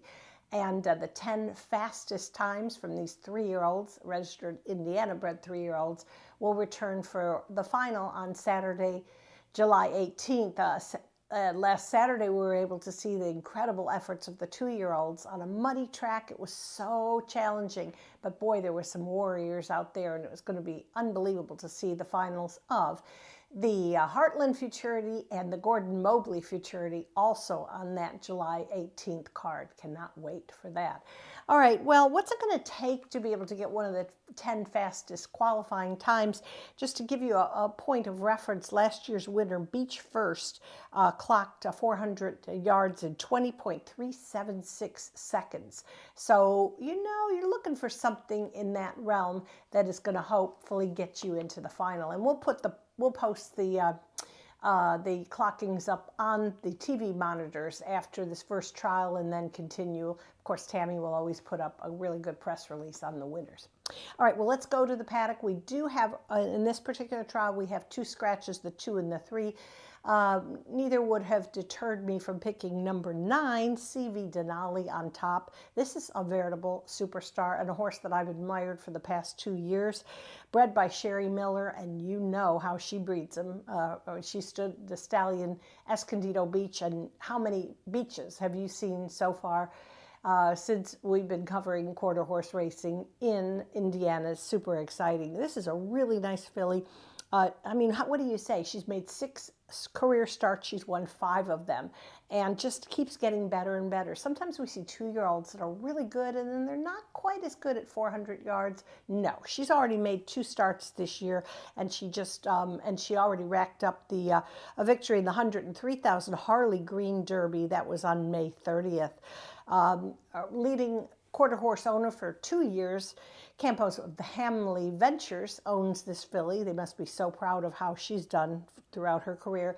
And Edgar Diaz, who's a high percentage jockey and first call for Claudio Barazza, has the call. So that's my top choice, CV Denali. All right, we'll go next to a really nice gelding by the name of, it's number 4, Absolute Domination. And this is a gelding that has been dominant in his career, sired by Dominion. And I'll tell you something about Dominion because I followed him pretty closely in his racing career, and he was a really good 3-year-old. Not so much in the 2-year-old campaign, but I think he qualified for 3 of the derbies at Ruidoso Downs, which is pretty tough there. And so obviously I like the breeding by Dominion, and I think in his 3-year-old season, you know, he's done really well. And for Tony Cunningham, who victoriously celebrated his 1,000th win as a quarter horse trainer last Saturday. Oh, it might have been raining outside, but everybody in the winner's circle was so pleased for Tony. He's such a great guy. And so this is one of his really nice trainees. One of the things I liked about this horse, who's placed in the money 4 of his 5 starts, is that he ran his best speed figure in an allowance, and that took place on May 30th. Danny Martinez, who always rides well for the Cunningham barn, has the call. It's my second choice, and we'll throw in another horse for consideration. That would be number 6, 7 Beaches. Owner Pam Hahn. This is also a filly by Escondido Beach. You know, this is a kind of a filly that doesn't have the highest win percentage as my top 2 picks, but she can show up maybe when least expected and fire a big one. And she did that in last year's QHRAI Stallion Service Futurity. That was pretty awesome because it was a $230,000 purse, and you know, and 7 Beaches was very prominent in her trial and in that race as well. And then this year she won her Harley Green Derby trial, but unfortunately just had some issues in the final and didn't fare well. But again, she's hit, I'm not going to say hit or miss. That's a little bit, that's not quite what I'm trying to say. But, you know, she's just the type of filly that will try hard. Sometimes the trip isn't the best for her, but you never want to leave her out. So that's 7 Beaches. That's also trained by Tony Cunningham, and he'll give a leg up to Isidro Banuelos. So I'm going 9, 4, 6 in this first of 3 trials. I always want to give a shout out to the men and the women who have supported Indiana quarter horse racing, because This first edition of the Blue River Derby was run in 2003 for a purse of $17,000. Now this year, these 3-year-olds are going to go to the wire for $126,700 on July 18th. That's excellent growth. Congratulations to all the people who have been dedicated for so long to quarter horse racing and breeding in Indiana.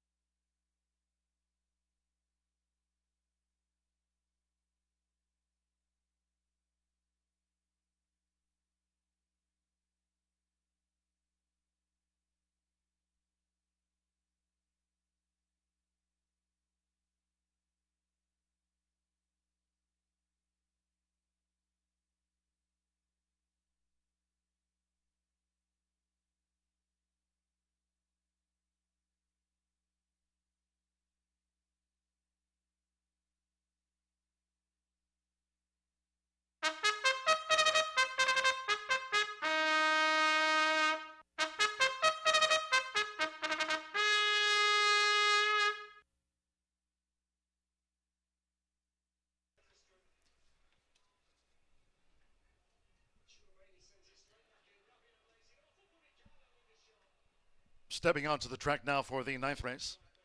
The first of the 3 Blue River Derby trials over the 400 yards. Fast Track scratched the 2 LB Royal Quick Parry and 3 Kiss a Favorite. Overweights 1 Cowgirl Beach +4, 4 Absolute Domination +2, 5 Prime for Encore 5 over, 8 AP Jesse's Cartel +2 pounds. Exacta Trifecta Superfecta, the 10-cent quarter horse Pentafecta, double final pick 3 of the day. Fast Track.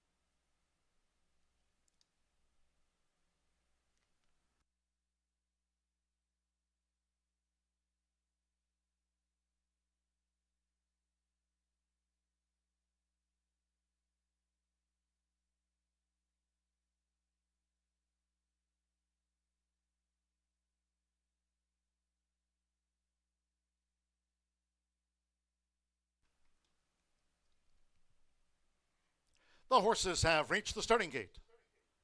It is now post time.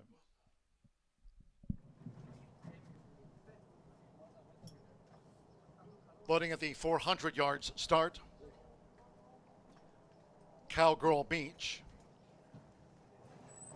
7 beaches. Absolute domination.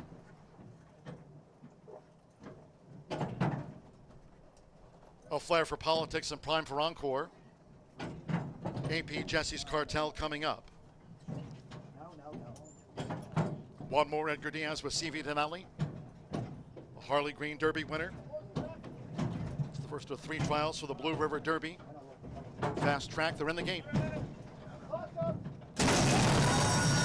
And they're off. CV Denali with AP Jesse's Cartel.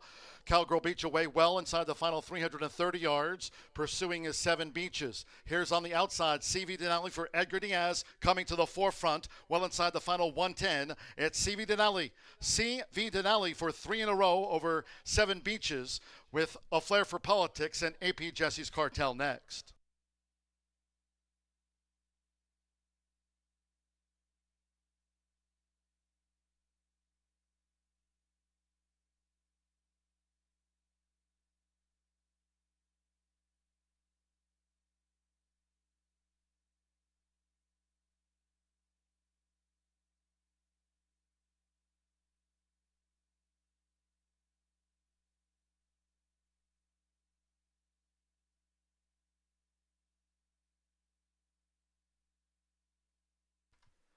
Nine, 6, 7, and then a photo for 4th. Stand by for the 5th place horse after the first Blue River Derby trial. CV Denali has beaten home 7 beaches. A flair for politics. 4th close, AP Jesse's Cartel, Cowgirl Beach. Prime for encore, absolute domination. Harley Green Derby winner, makes it 3 in a row. CV Denali, Edgar Diaz for Claudio Barrazza. Campos Family Ventures, they're sharp. Escondido Beach filly, CV Denali wins here again.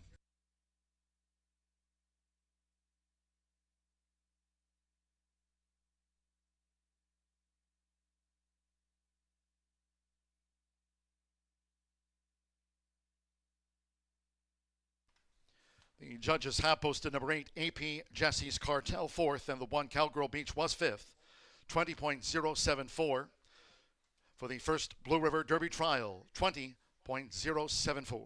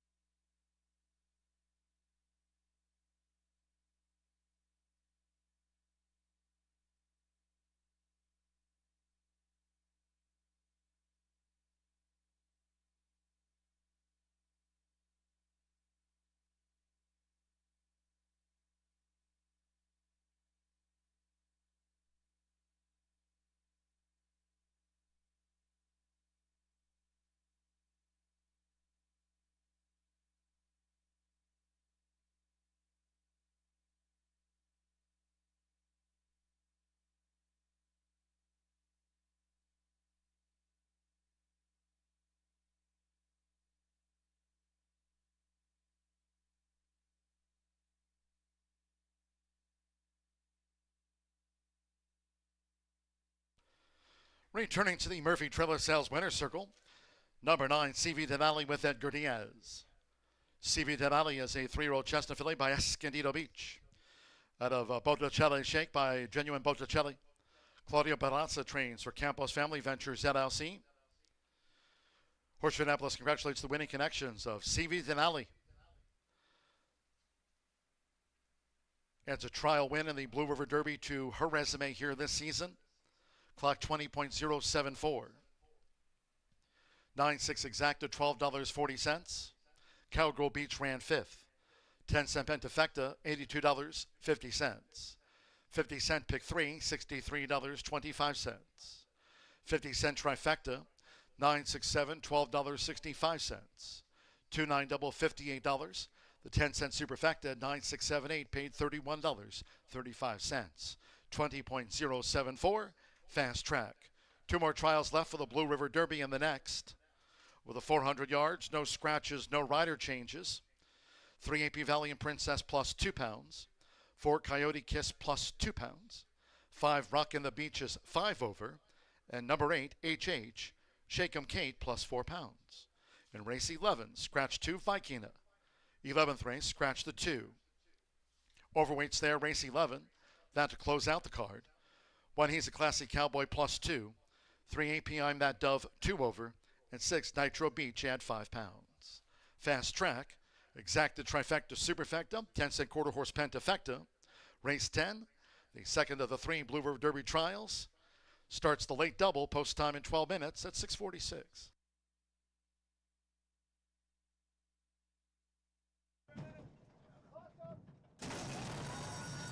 And they're off. CV Denali with AP Jesse's Cartel. Cowgirl Beach away well inside the final 330 yards, pursuing his 7 beaches. Here's on the outside, CV Denali for Edgar Diaz, coming to the forefront, well inside the final 110. It's CV Denali. CV Denali for 3 in a row over 7 beaches with a flair for politics and AP.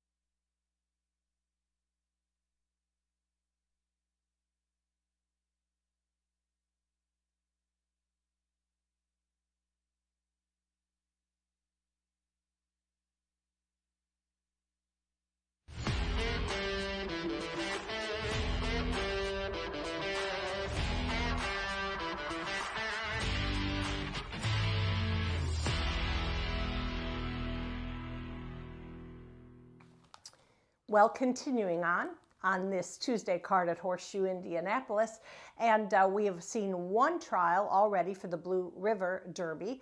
3-year-olds, registered Indiana-bred 3-year-olds competing for one of the top positions in the July 18th final here. Now we've got the second trial, and I'll tell you what, it's another really, really competitive field.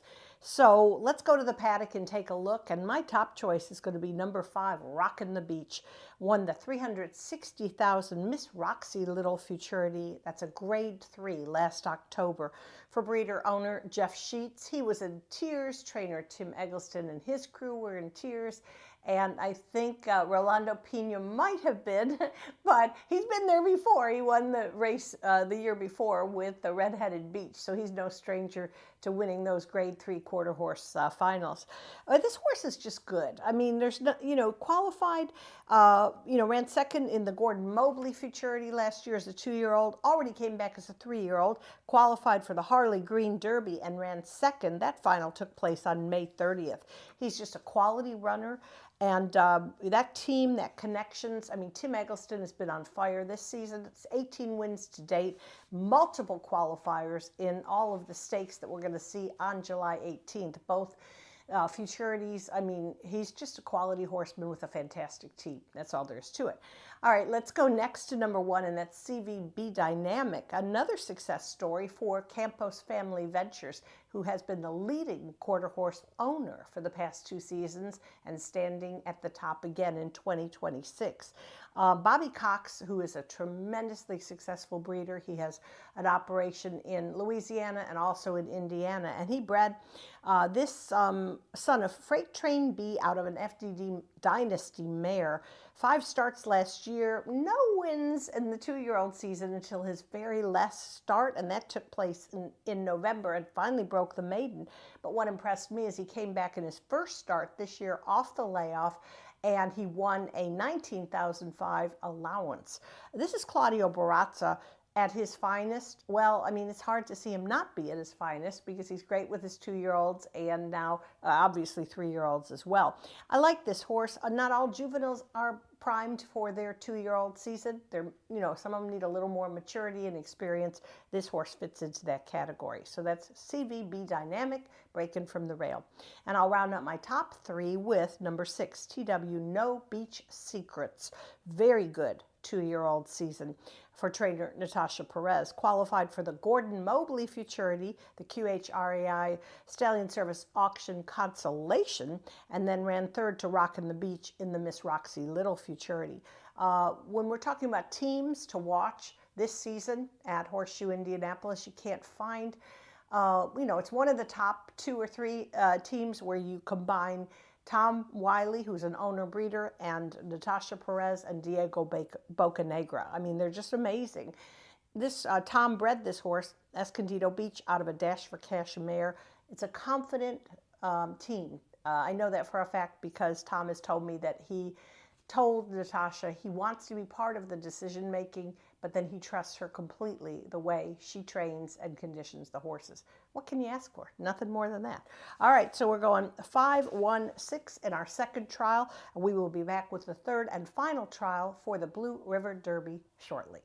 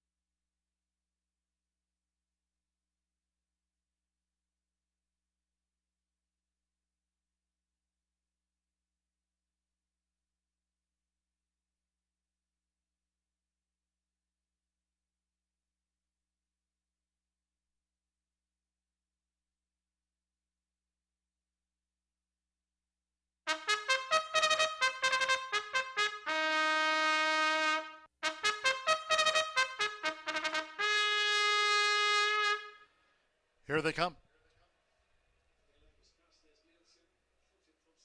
Stepping onto the track for the 10th race. Second of 3 trials, the Blue River Derby. No scratches, no rider changes. Overweights, 3 AP Valiant Princess +2. 4 Coyote Kiss +2. 5 Rockin' the Beach 5 over. Number 8 HH Shake 'em Kate 4 over. Exacta Trifecta Superfecta, the quarter horse Pentafecta. Final double of the day, Fast Track.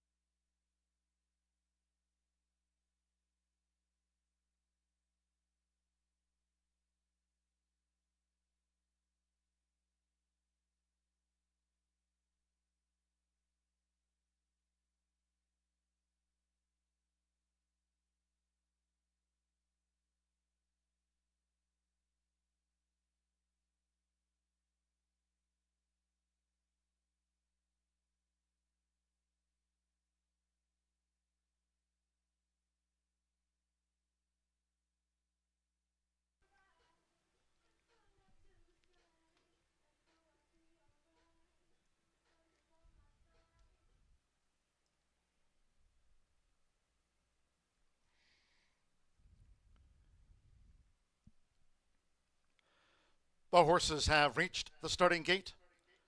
It is now post time. Up comes CVB Dynamic. Edgar Diaz going for a trial double with Claudio Barazza for Campos Family Ventures. CVB Dynamic loaded. TW No Beach Secrets joined. Whiskey Beach went it well. Rock in the Beach. Political winner. AP Valiant Princess to post 3. Here, all 8 run with a 400 yards Fast Track. Danny Martinez with Coyote Kiss. Like political winner, both for Tony Cunningham. This is second of 3 Blue River Derby trials. So one more. Giovanni Vasquez Gomez with HH Shake 'em Kate. All in. Ready. Whiskey Beach getting fidgety. Set. They're off. HH Shake 'em Kate. Nearest the inside, CVB Dynamic, 220 yards to go. Some crowding from those inside posts. It's HH Shake 'em Kate, CVB Dynamic coming inside the final 110 yards. It's CVB Dynamic inside of HH Shake 'em Kate. Head to head, HH Shake 'em Kate prevails over CVB Dynamic. Rockin' the Beach third, then TW No Beach Secrets and Coyote Kiss.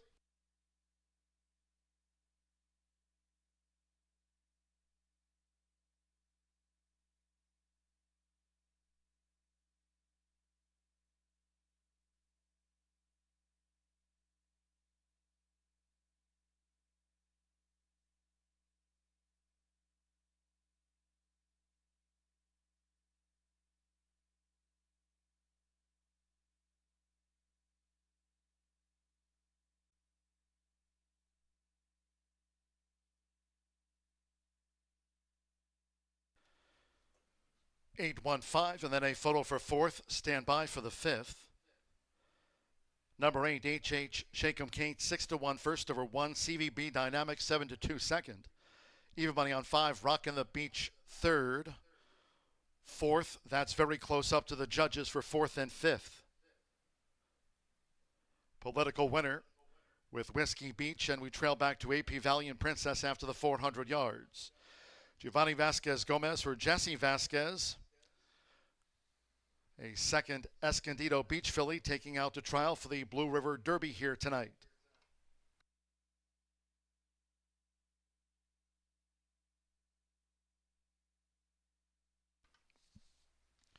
The judges have posted number 4, Coyote Kiss, fourth. Over the 6 TW No Beach Secrets getting into the frame for fifth. 20.056, fast track 20.056.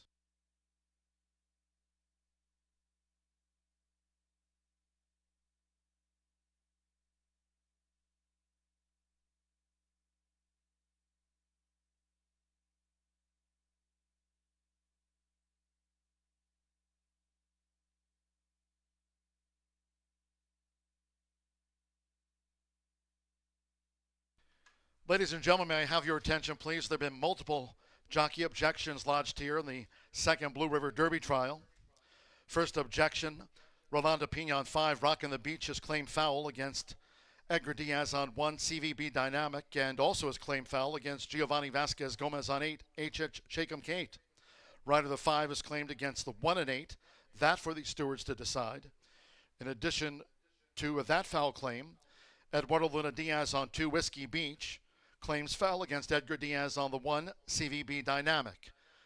Very much unofficial here, 8-1-5-4-6. Objections pending. It's under a steward's review.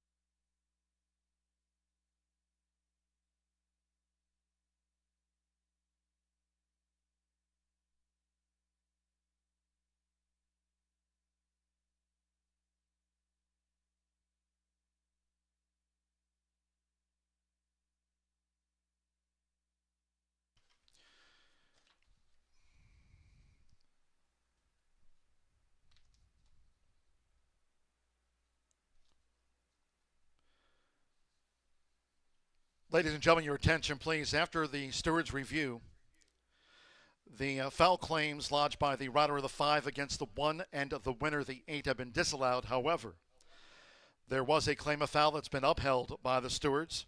That was a foul claim lodged by the rider of the 2 against the rider of the 1. Number 1, CVB Dynamic, has been disqualified from second and will be placed last for interference with both the 2 Whiskey Beach and 3 AP Valiant Princess.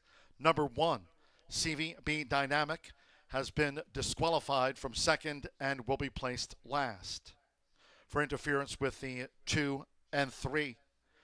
Number 5, Rock on the Beach, has been placed second. The 4, Coyote Kiss, placed third. 6, TW No Beach Secrets, placed fourth. 7, Political Winner, gets up to fifth. 8-5, 4-6-7. Victory by the 8, HH Shake'em Kate, stands pat with Giovanni Vasquez Gomez, 20.056. 3-year-old Sorrel Filly by Escondido Beach out of Shake'em Jake by Royal Shake'em. Jesse Vasquez trains for Brisa a la Ventura Hernandez.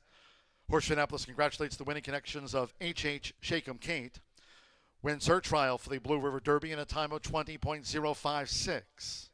Once again, number 1, CVB Dynamic, disqualified from second and placed last for interfering with Whiskey Beach and AP Valiant Princess in the second Blue River Derby trial of 3.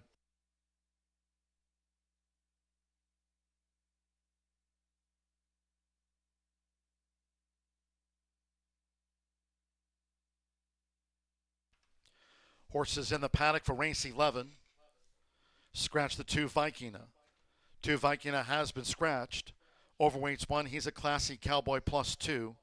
3, AP I'm That Dove, 2 over. And 6, Nitro Beach, +5 pounds.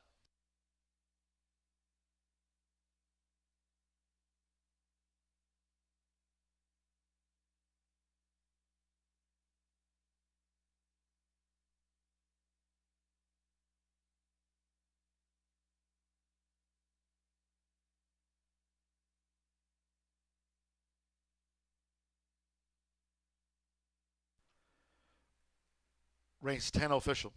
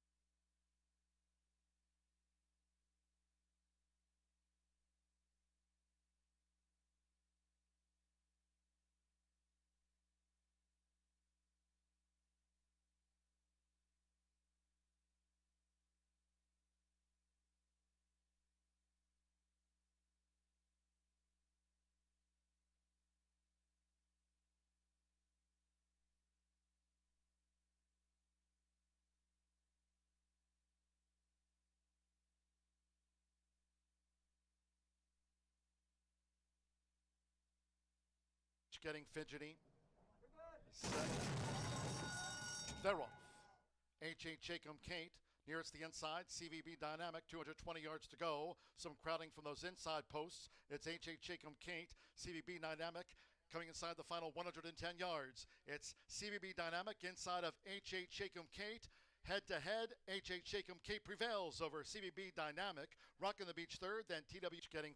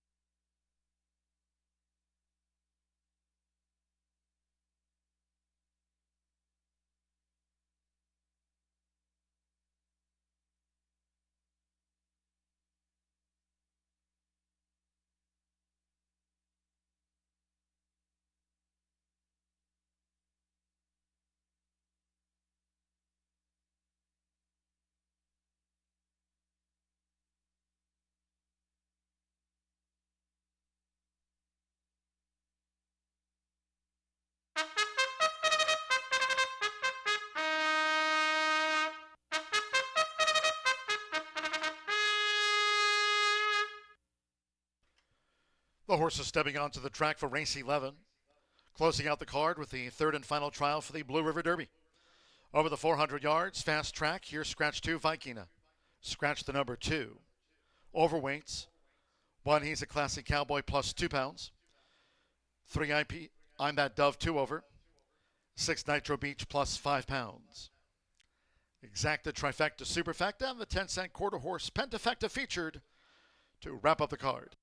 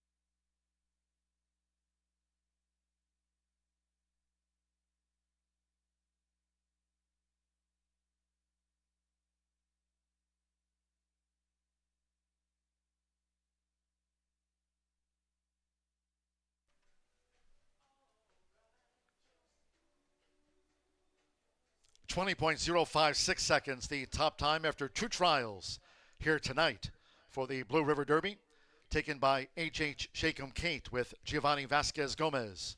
For Jesse Vasquez, 20.056, the top time after 2 Blue River Derby trials.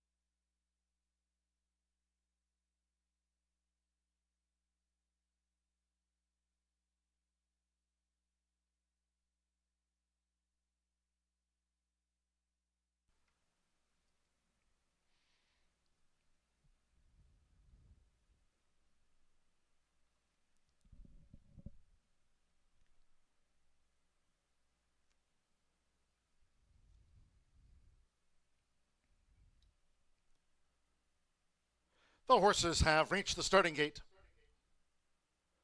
They're going in. He's a classy cowboy. Danny Martinez or Tony Cunningham and Duke Racing has taken his position in the starting gate. 8-5 final favorite. He's a classy cowboy. Jess Shake Baby uses a flipping halter. AP, I'm that Dove loaded. Nitro Beach, like Victory Beach, both for Tim Eggleston. DNA Zoomer Cyber. 2 back. Fernando Morin with Beach Burner. 1 more. Eduardo Luna Diaz with Victory Beach. No card here tomorrow. That's been moved to Monday. Thursday post time scheduled 2:10. Last of the day. All in. Off the final trial for the Blue River Derby. Jess Shake Baby sharp away, middle track toward the inside. He's a cowboy. Cowboy looks to engage. Here comes a bid by AP I'm That Dove with DNA Zoomer Cyber. Shifting in some paths is Beach Burner. Nitro Beach a lot left to do so to Victory Beach. It is He's a Classic Cowboy and Beach Burner surges Beach Burner. And He's a Classic Cowboy photo. Next was Jess Shake Baby to close out Tuesday's card.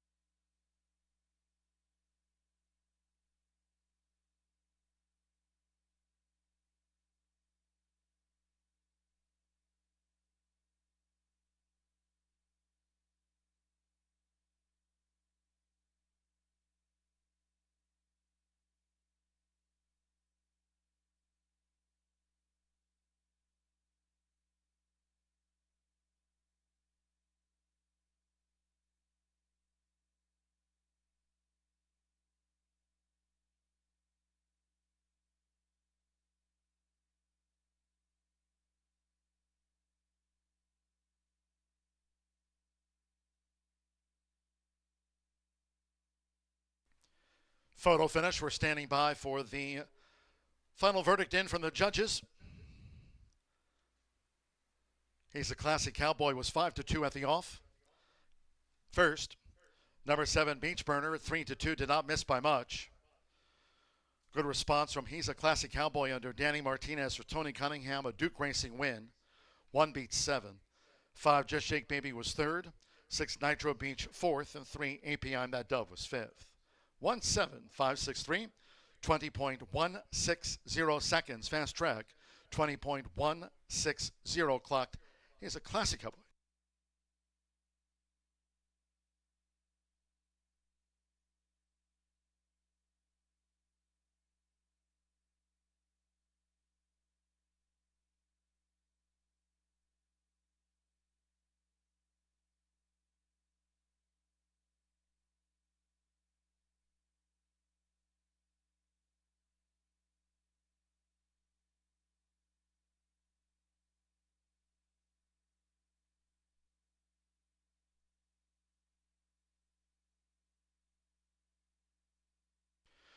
Result official.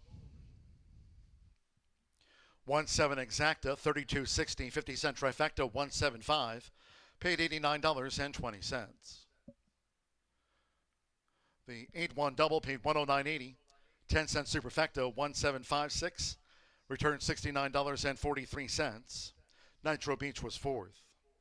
Final pick 3 of the day, capped off by He's a Classic Cowboy. $30.35, and the 10-cent pentafecta paid $276.66. AP I'm That Dove ran fifth.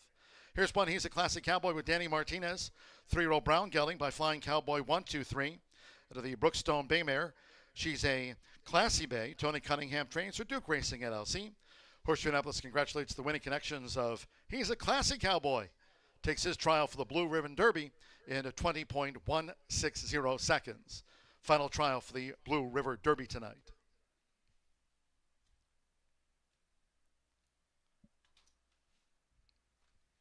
That concludes our live racing program for today.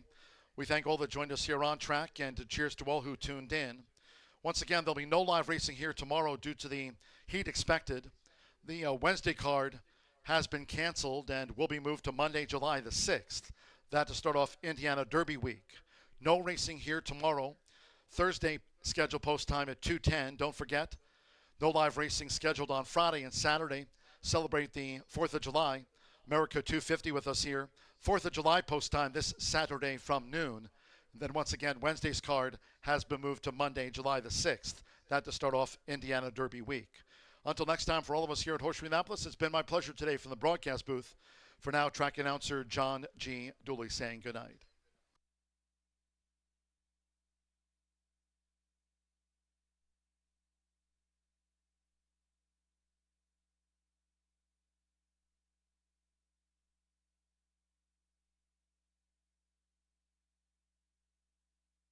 Last of the day, all in. Off in the final trial for the Blue River Derby.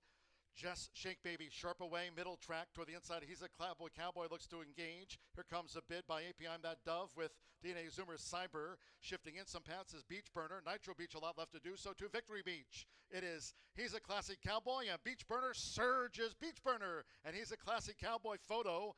Last of the day, all in.